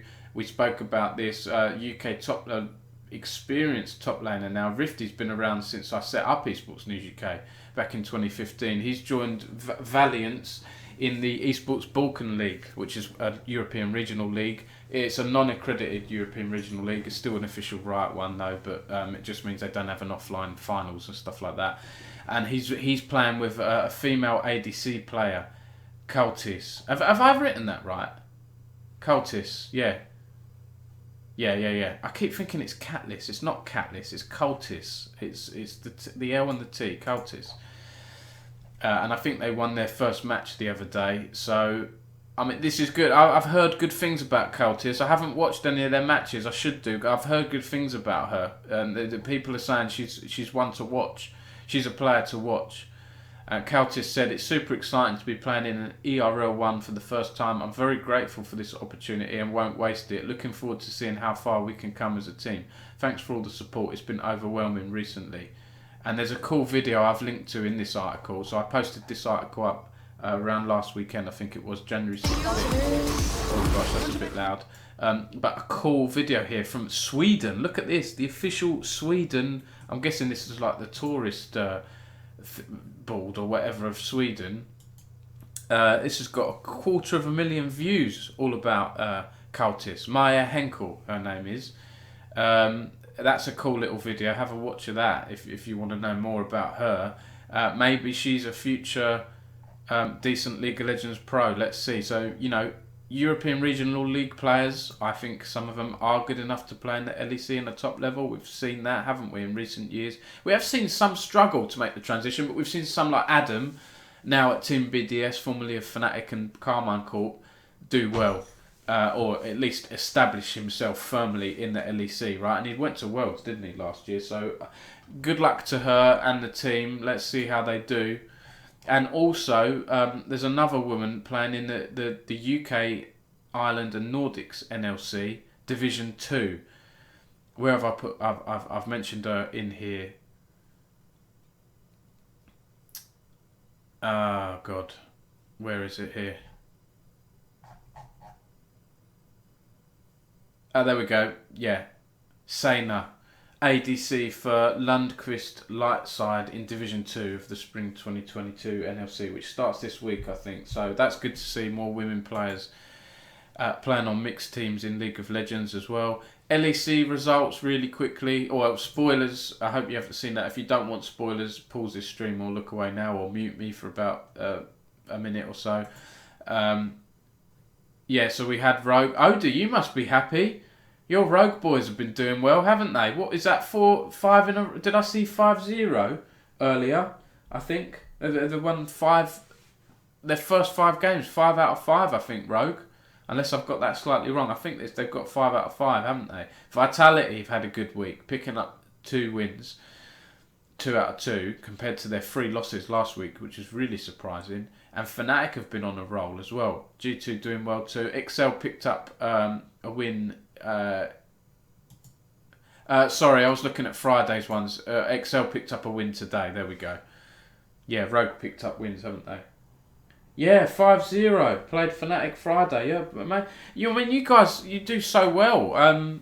I'd just love to see you do even better at Worlds. I know it's a big ask, right? The world's best teams. Not easy, but do you know what's been good for me, Odie, is Larson, and we interviewed Larson. If we look at our stuff, Larson played in the UK scene. I've written a lot about Larson over the years because he was one of the best mid laners we have. He played with Eminem Gaming a lot. You probably know all this anyway, but for other people watching who might be interested, I love seeing Larson in the LEC and at Worlds because I've seen him play in a tiny... Back when the UK scene was even smaller, before we had these more stipends and prize pools from Riot and these bigger European regional leagues, he was playing in the LDSL Prem, Insomnias and things like that. So it's been great to see him. And he was always very professional. He always wanted to... I remember he always said to me, I want to do my studies first, Dom. Because he had offers. I think even back then he had offers for bigger teams and he turned them down because he wanted to finish his studies. What a good role model that is. And we actually interviewed him a few months ago, Megalodontus, a freelance writer for Esports News UK, and he said, Larson said, we will make EU proud at Wales. Unfortunately, he didn't, but it was good. I asked him about his time in the UK scene and his views on things and all that stuff, so that was a good interview. Odie said he needed the right jungler. I think we have him now. Yeah, you've made some good... I like what I'm seeing from you guys. I've been very, very impressed. I've been a bit... Well, last week I was disappointed with Vitality. They looked like 5 solo queue players. I couldn't believe it. A part of me maybe should have believed it. I want Vitality to do well because they've got a UK player, Alfari, in the top lane. But it wasn't a good start. They did not have barely any team synergy last week. This week they've looked like a different team. Looked like they're playing for each other. Last week the bot lane looked like a weak link to me. Kazi and Labrov, they did not play well. I think Kazi hit like 1 or 2 ults as Jinx. He missed an awful lot. They were obviously I don't know if it was nerves or what, but they were not playing like a team last week. But anyway, Jem said, "Yeah, Odie, just get to World." Yeah, exactly. Oh, you need to crop that Google window, Dom. Your alpha beta overlay is above it. Have I? What have I done here?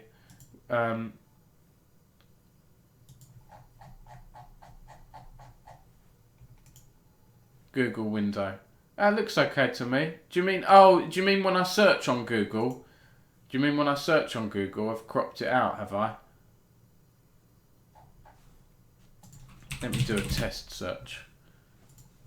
Oh yeah, do you know what? It's because I centralise. It's for news sites, it's all right, but for Google, annoyingly, Google is left justified, which is really annoying. And the reason I crop in is because so people can't see my URL and all that. It looks messy at the top, right? So when I go on a news site, and Twitter's good as well because it's centralised, right, and it's zoomed in a little bit. So last few bits, then we had London United announced their roster for the NLC Division 2.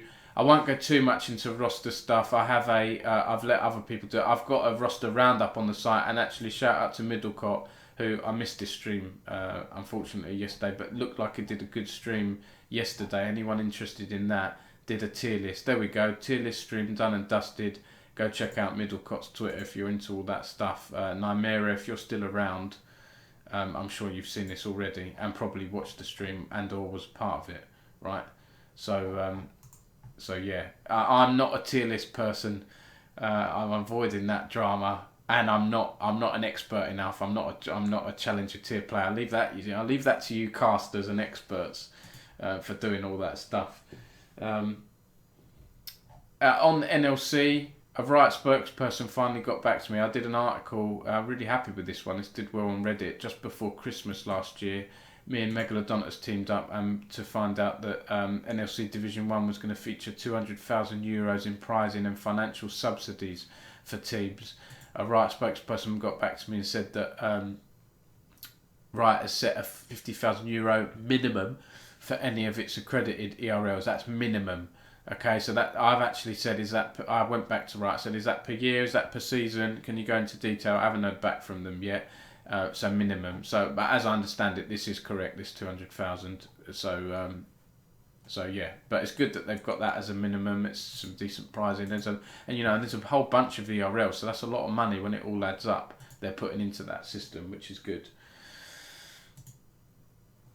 A small thing here. Warwick Esports, Warwick Uni are doing a typing championship, which I thought was pretty interesting. Powered by Keymash.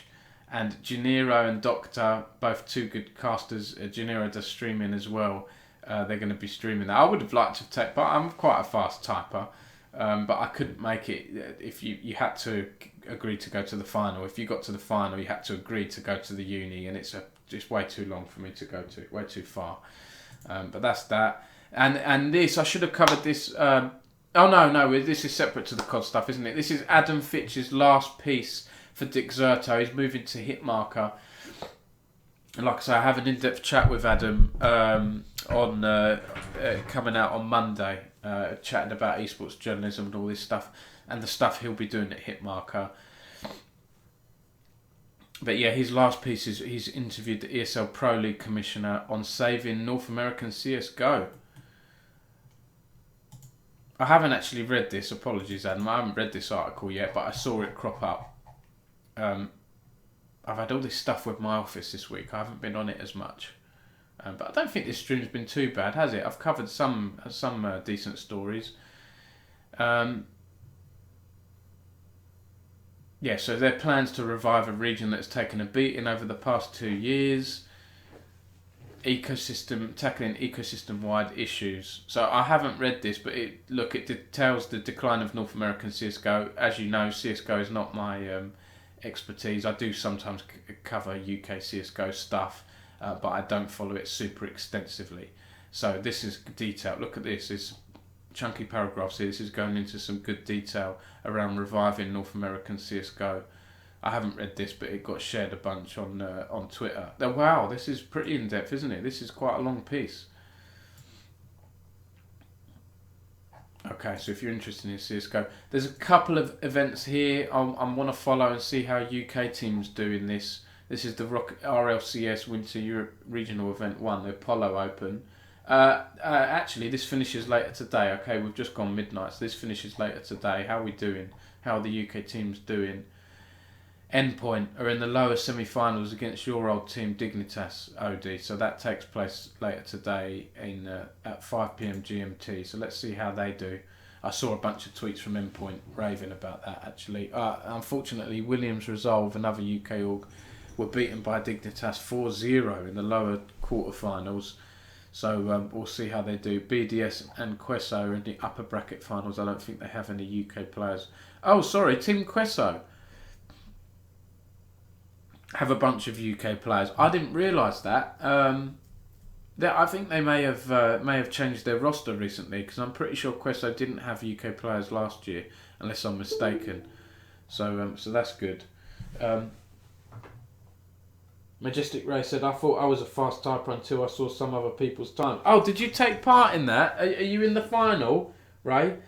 Phoenix McNoob, evening. How's it going, Alistair? I featured you at the start of this stream. I gave a shout out to your modelling of the Esports News UK t-shirt, and I thanked you for your support. So thank you again for being our big Patreon supporter. I really appreciate it, mate, and it helps a lot.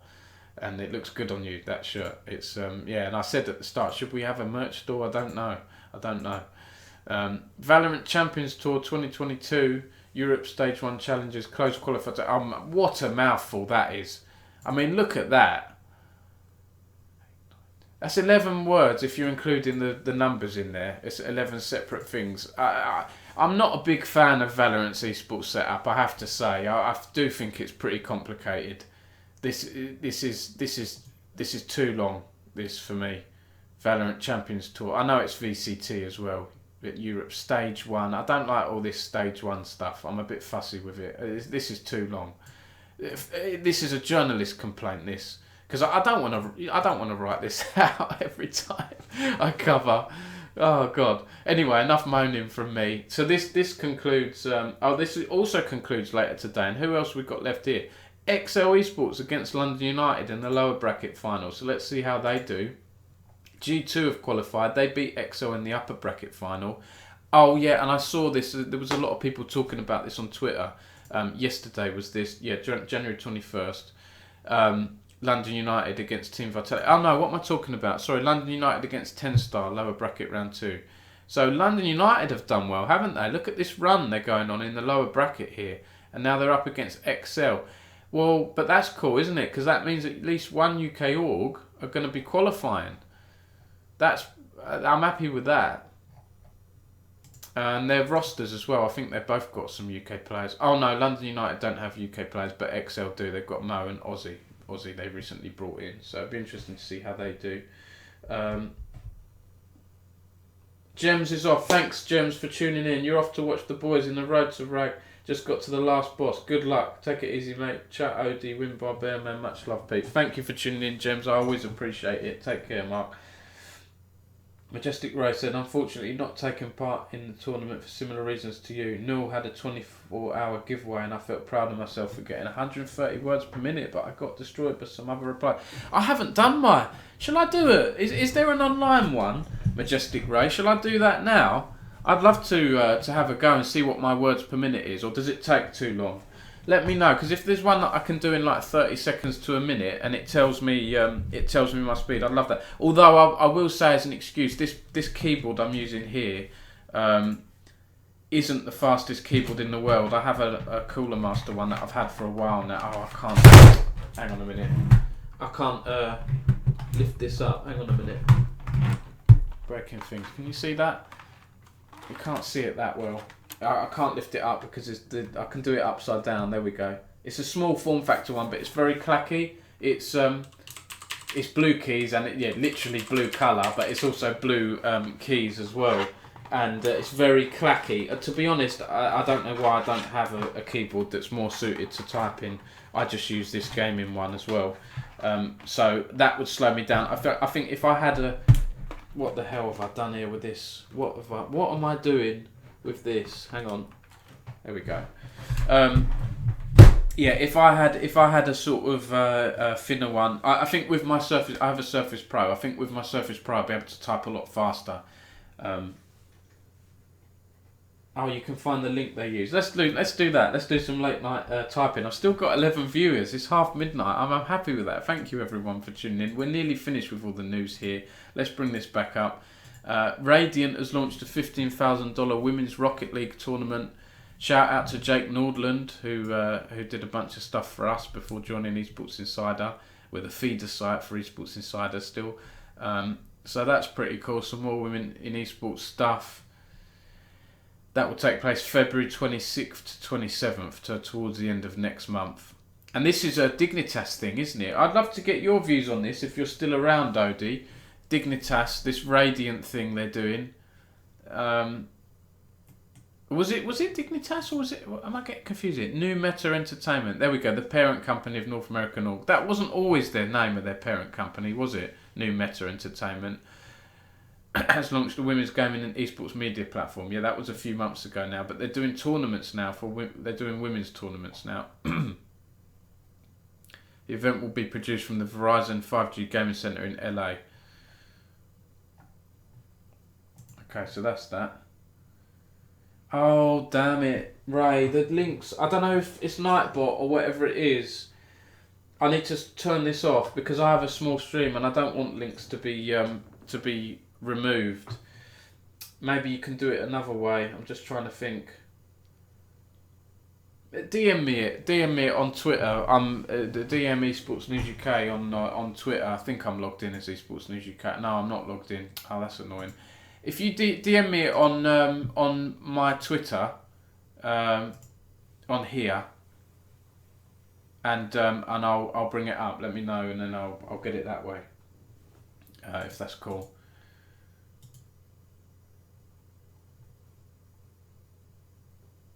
Oh wow, this is breaking. This is a few hours ago. Usually there aren't too many super frequent stories on the esports subreddit, but this is Team Liquid have bought Limit as it pushes into World of Warcraft. Wasn't Limit owned by Complexity, or did they have a deal with Complexity? I thought they were called Complexity Limit. Team Liquid is making a bold foray into World of Warcraft in the MMO genre. Buying Limit Guild. It's a shame there's no UK angle for me there. I quite like that story. Yeah, because they've done well, haven't they? Yeah, they've won multiple Race to World First victories in recent years. Wow, Team Liquid. Are they going to be called Team Limit now? Or I guess it would just be Liquid, wouldn't it? I'm literally reading this for the first time, so I'm going to be a bit quieter, just seeing if there's any interesting quotes and things like that. Liquid will host an in-person event for an upcoming race expected to take place in late Feb or early March, bringing together at least 35 players and hosting a broadcast to cover progress throughout the race.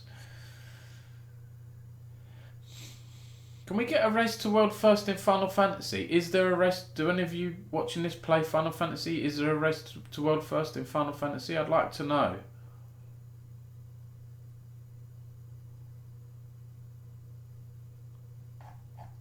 That's interesting.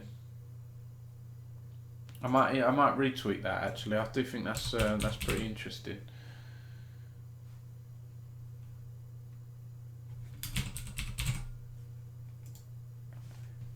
Oh look, it's called Liquid Guild.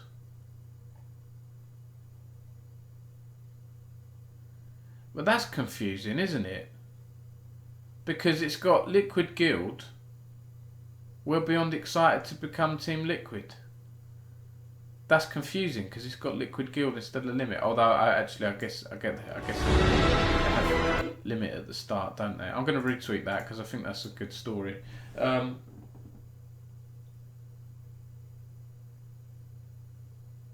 Okay, Durham Esports. Oh, right. I didn't realise, Ray, that account you managed. That's or logged in. That's cool.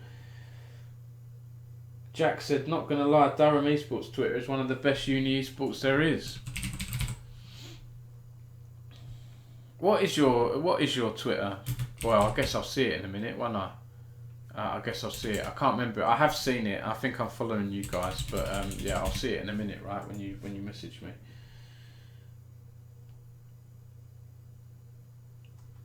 Ah, this is cool. Yeah, are you the Jack who made our graphics? By the way, I might be. Let me just go on my vlog cam so I can look at my DMs. There we go. Okay, I'm not following you. I think I'm following you on the Esports News UK one. So let me just double check because I want to make sure. I am.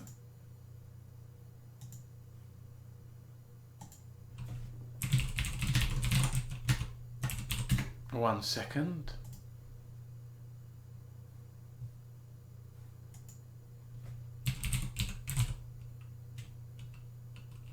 Yes, I am following you on the Esports News UK. That's right. I need to clear up. I need to clean my Twitter, because on my personal one I've followed way too many people. I follow like 3,000-4,000 people, and ideally I would follow all those esports people on the Esports News UK one, and then make my Dom Sacco one a bit more personalised, a bit more, you know, things that I follow like Arsenal and other things outside of work as well, so I can switch off a bit. Right, so this is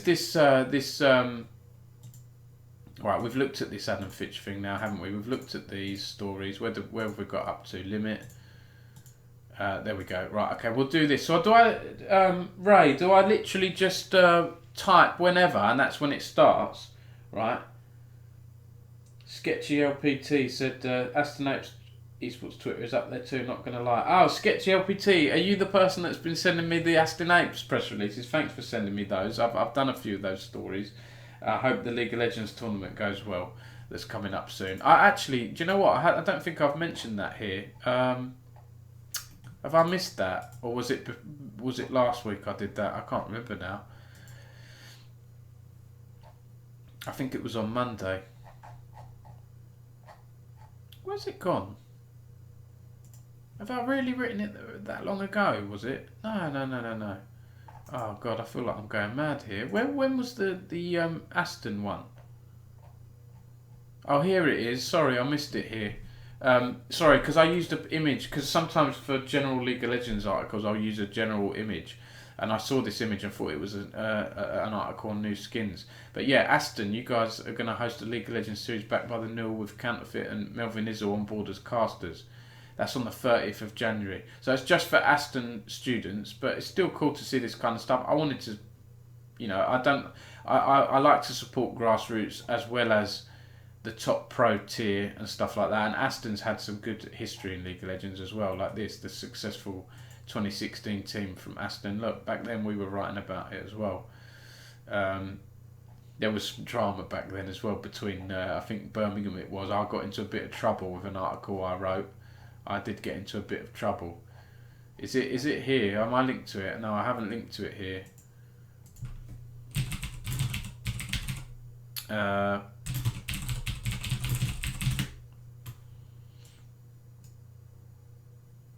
I can't find it now.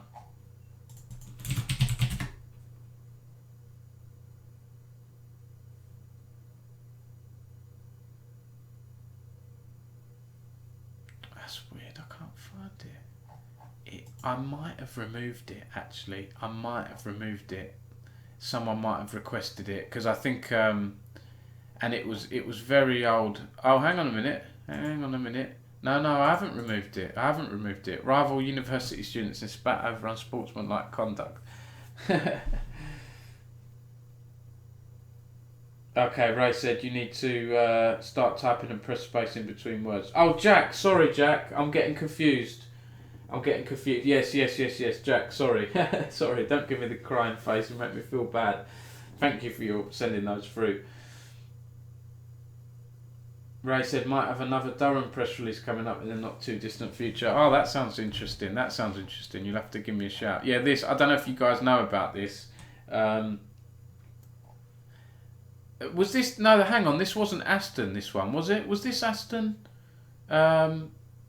Yeah, students from local rivals Aston Uni and the Uni of Birmingham have engaged in a heated feud over a National League of Legends match. This was back in 2016. I upset a few people with this, but the reason I wanted to cover it is that emote usage in League of Legends and spamming emote usage, I wanted to say, is that unsportsmanlike, right, or not? I wanted to sort of highlight this as a thing. And the emote usage by Aston obviously did wind up Birmingham, because they were in the chat and saying all this stuff, and it got a bit drama. We've moved on a lot since then. I've got some stuff from the Twitch chat, but we've moved on a lot since then. Luckily, I don't have to do articles like this anymore. Well, many of them, and also it requires a lot of time and research to do articles like this, which not many people are going to read, to be honest. So, yeah. That's it, beef with UOB and Aston. Okay, but that's from another time now. Right, let's try this then. I'm going to try and focus here then. Let's try this typing challenge. Let's see how well I do. Live typing challenge. So I'll just start typing. Okay, I'll try and shut up and block out the stream. But I guarantee, because you're there and I'm talking and I just know you're in the background, I won't be as fast. I'll after this stream, let's move this to the left. After this stream, I will put this. I'll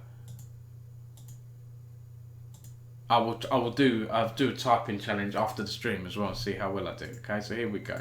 There we go. No. Let's start again. I'll type the words here. Okay. Oh, I've got a typo.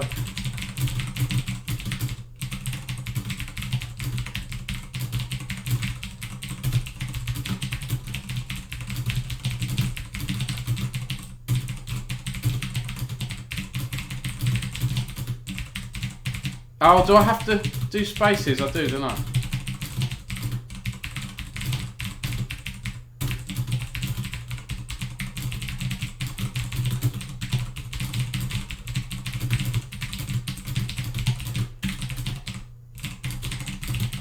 Ah! How long does this go on for? I thought this was a short thing.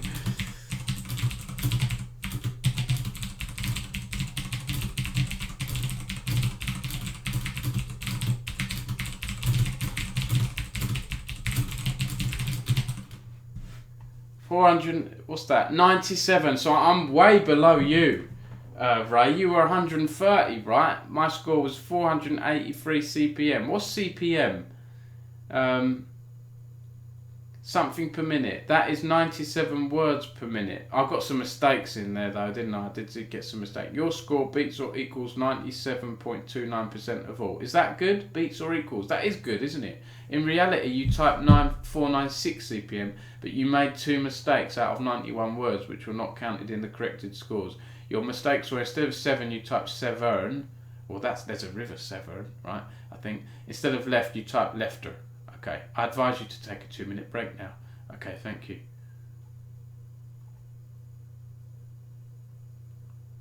Oh, characters per minute. Okay, yep. Raw CPM is the actual number of characters you type per minute, including all the mistakes. Okay.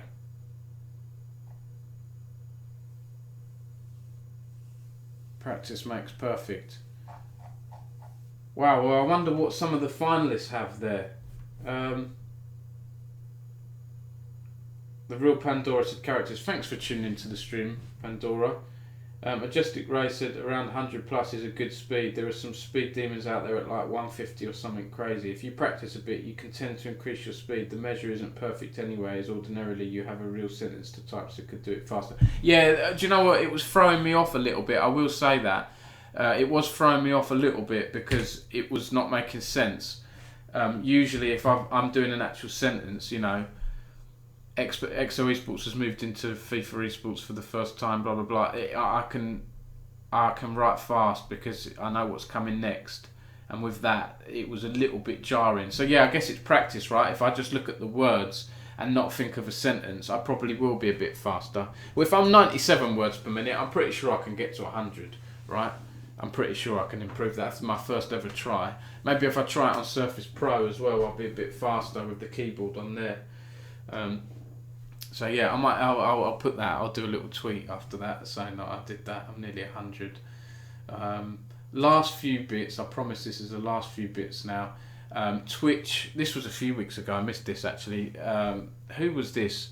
The VP of Global Trust and Safety at Twitch, Angela Hessian, put an update out about the progress on hate raids. Our work in this space is not over. This year with by this year, I think she means last year, right? I don't think they've removed over 15 million bot accounts in a week and a bit.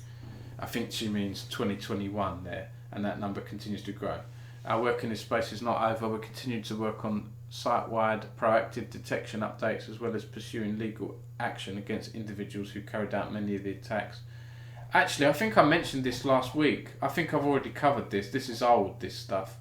Yeah, I did. I mentioned this last week.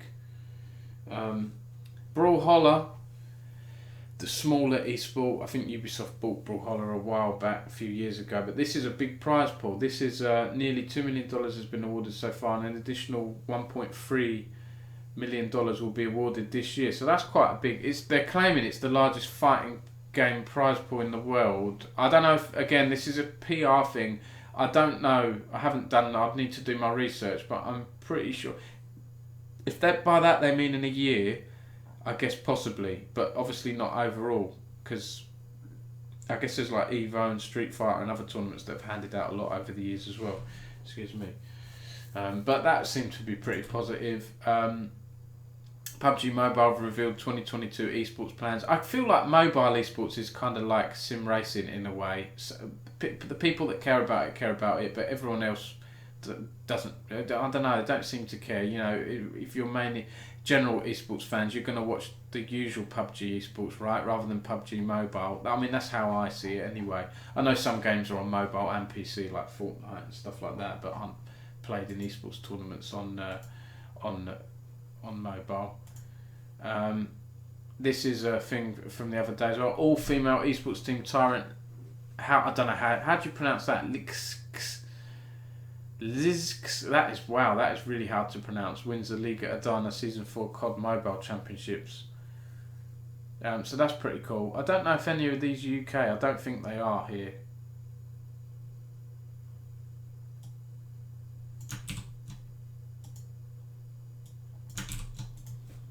Let's see their nationalities. They don't even have a.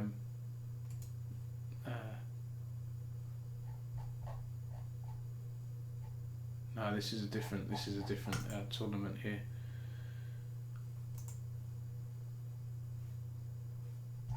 But hey, that's positive. I don't know if this is an all-women tournament. This Liga Adana Season 4 Race to the Top. I don't know. I don't know this tournament, so I don't know if this is women that have beaten other women, or if it's a mixed tournament or not. No, I'm not sure. I'll have to know someone who. Oh, there we go. Liga Adana is the Philippines' biggest and only all-female esports league. Okay, it is all-female. Well, that's good that there's, we're getting more women in esports tournaments out there. And then last story, the Olympic Council of Asia has partnered with Tencent to promote esports in Asia. I saw this and thought this was pretty interesting. The partnership was announced during the Asian Electronic Sports Development Conference and MOU signing ceremony.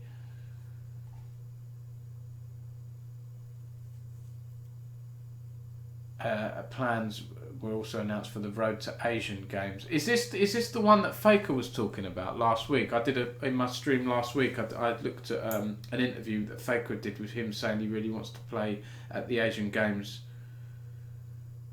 and represent Korea. I think that was it. Or was that another one? I'm not fully sure, to be honest.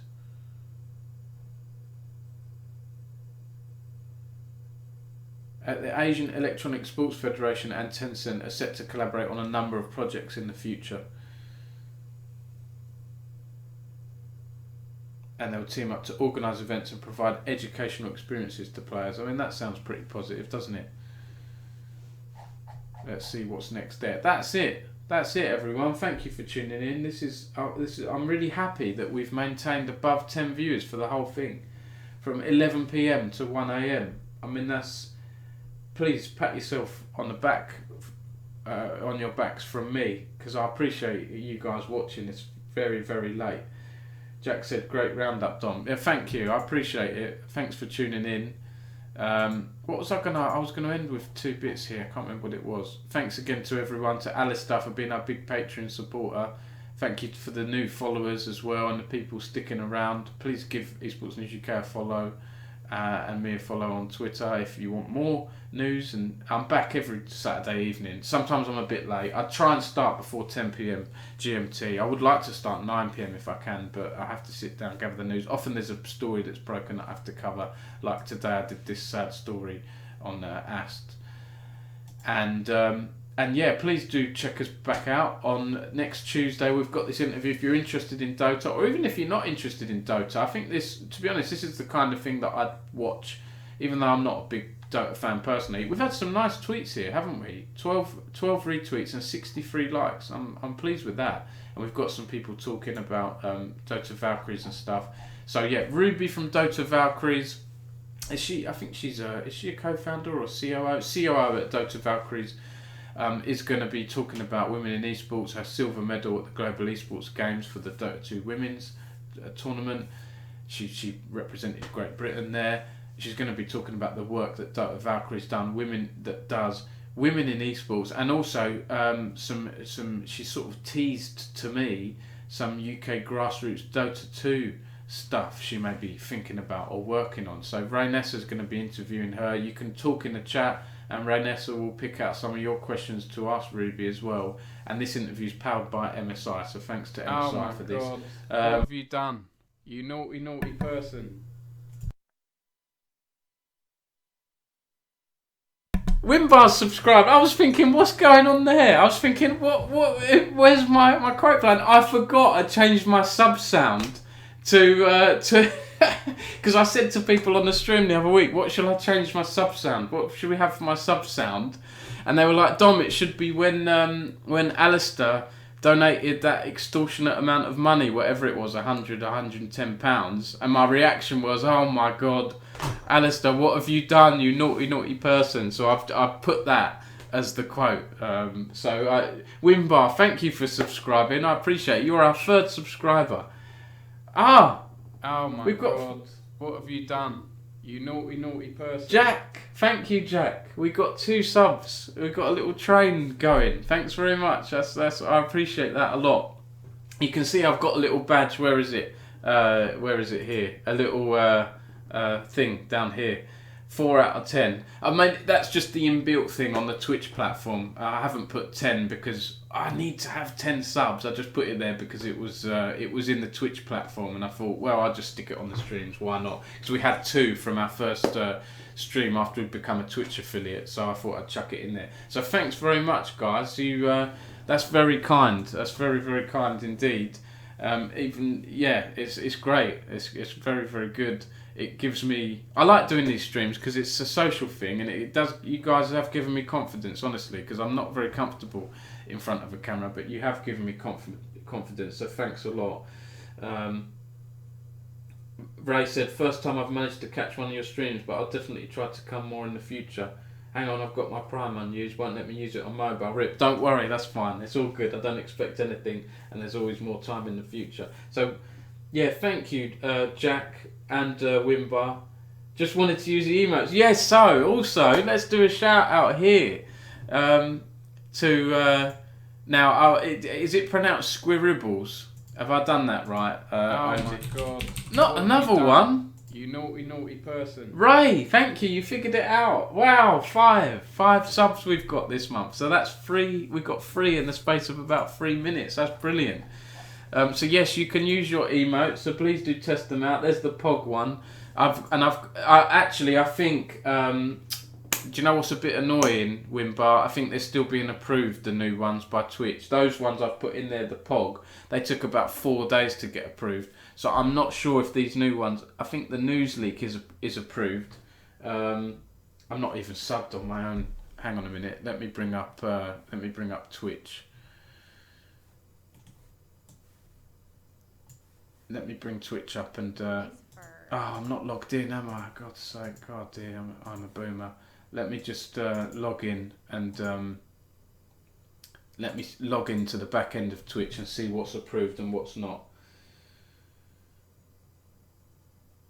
Oh, Wimbar, sorry. This blooming Nightbot is doing my head in. I'm going to go and change it now because it's doing my head in. It keeps deleting people's messages and I need to know how to turn it off. Right, hang on a minute, guys. If there are a few of you that don't need to jump and you're technical people like Wimbar, please do hang about for a couple of minutes because I'm going to need help sorting out Nightbot, I think. Only if you have time, that is. Let me go on our channel here. Right, hang on a minute. Right. Let me just see if I can put things in the chat here. So what have we got here? What have we got on the emotes? Okay, so it's letting me put everything. So I'm gonna just put one of everything so you can see them.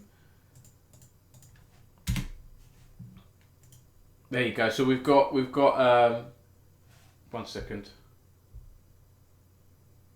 There we go. So we've got like a normal Sacco one, a Sacco Snackos one, which has been requested. The Esports News UK logo, PogChamp, and then after that we've got 1, 2, 3, 4 new ones that have been made by Squirribbles. A news leak, so like a bad pun, right? If someone's done a news leak, it's an actual leak I've got in there. A news bomb, if someone's dropped a big news bomb, big story. A news scoop. So I guess that's for me. If I get a news scoop and I've got an exclusive, we've got a news scoop, and then Sacco Potatoes, which is a nickname I had, and also a nickname my dad had when he was at school. So yeah, that's the Spud Club, Sacco Potatoes. The Snacko one is hilarious. Pandora says, "Oh, Jack's got the link." Yeah. So what I've done, guys, let me just log into Twitch, and I'm going to check this with you because. There we go. Create a dashboard here. Should I be sharing my create a dashboard on Twitch? I don't think there's anything to hide, is there, on there? But I just want to go into emotes here. Hang on. Here we go. Let's bring this up here. So yeah, I can only have 5 free ones. So Wimbar, you've only got 1 of the ones that Scribbles have done, and then for tier 2 and tier 3, I've put those other 2 in that she made, the news bomb and the news scoop. Now, if you want you and my 5, there's 5 subscribers. If you want them changed around, let me know. If you want the EN UK logo, like get rid of the EN UK logo to tier 2 or tier 3, so you can use a news bomb or news scoop. Just let me know and I'll move it around. But I went for those because they were sort of general, and then I've done these as tier 2 and tier 3. And then there's another one that Squirrible's done, which is the Sacco Potatoes. I've done that as a bit tier one. Okay, I think people can send me bits on as a Twitch affiliate. I think so. Customize your rewards for your biggest cheerers. You upload unique emotes starting at 1k and higher. Okay, so because I had to put them, it's limited me, right? But I'm not a Twitch partner, so I can't put more than 5 emotes in for tier 1. So yeah, Wimbar said I can just steal them from my computer. Exactly, yeah. Shout out to Squirribbles because they were really cool emotes. I wanted a few more made. Let's bring up her Twitter. Here we go. Yeah, so that's where I got 4 of them done from. Was from Squirribbles. So yeah, thanks to Squirribbles, and there's some prices here, pretty reasonable. To be honest, pretty cool emotes. Some examples of emotes. I like the crow ones. I was in a Warcraft guild which is themed around crows and stuff, which was cool. And I was going to say something else and I've forgotten it. Do check out our interview next Tuesday at 3 if you're interested in Dota and so on. That would be cool. It'd be about half an hour, 40 minutes, max 1 hour. And then Nightbot.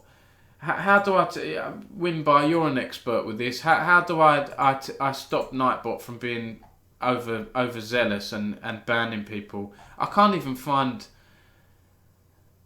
Nightbot is a chatbot for Twitch, YouTube. Let me log in. I'm just bringing this up here. I don't know why I have to click authorize every time. I've already authorized Nightbot. I don't know why do I have to click authorize every time I log in. How do I stop? Let me bring this up here. How do I stop these spammy, stop people's messages being deleted? Because I don't want you guys to have your messages deleted. Does anyone know? Does anyone in the chat know how to use Nightbot? Or shall I just remove the whole damn thing entirely? We've got a command there which is about you can join the Discord, but is it spam protection? Blacklist filter. Excess emotes. Right, well, disabling that. Disable excess emotes. I don't care. I don't care if people spam emotes. There we go. Okay. You should be able to set how many people can spam before it kicks off. Drag that slider. Where's the slider?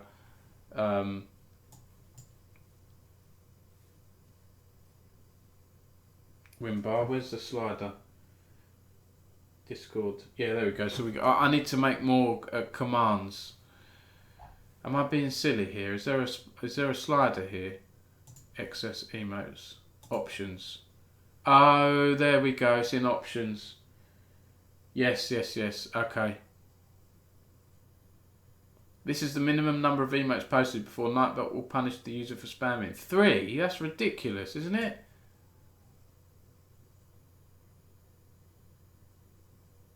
Is 50 fair? Well, what does that mean, minimum number? I mean, if it's in a whole stream, even that's too much, really, isn't it? Let's do 100. Is that too much? Am I being stupid with that? I'm just going to disable it, sod it. And then excess caps. I'm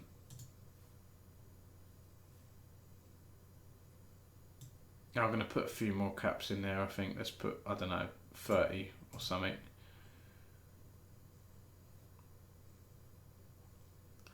I'm not bothered about links, to be honest. I'm happy for people to share links because, for now, I may regret that later on, but I'm going to disable that for now. Excess symbols. I mean, I ain't bothered about symbols either. Let people spam a bit. I think that's it, isn't it?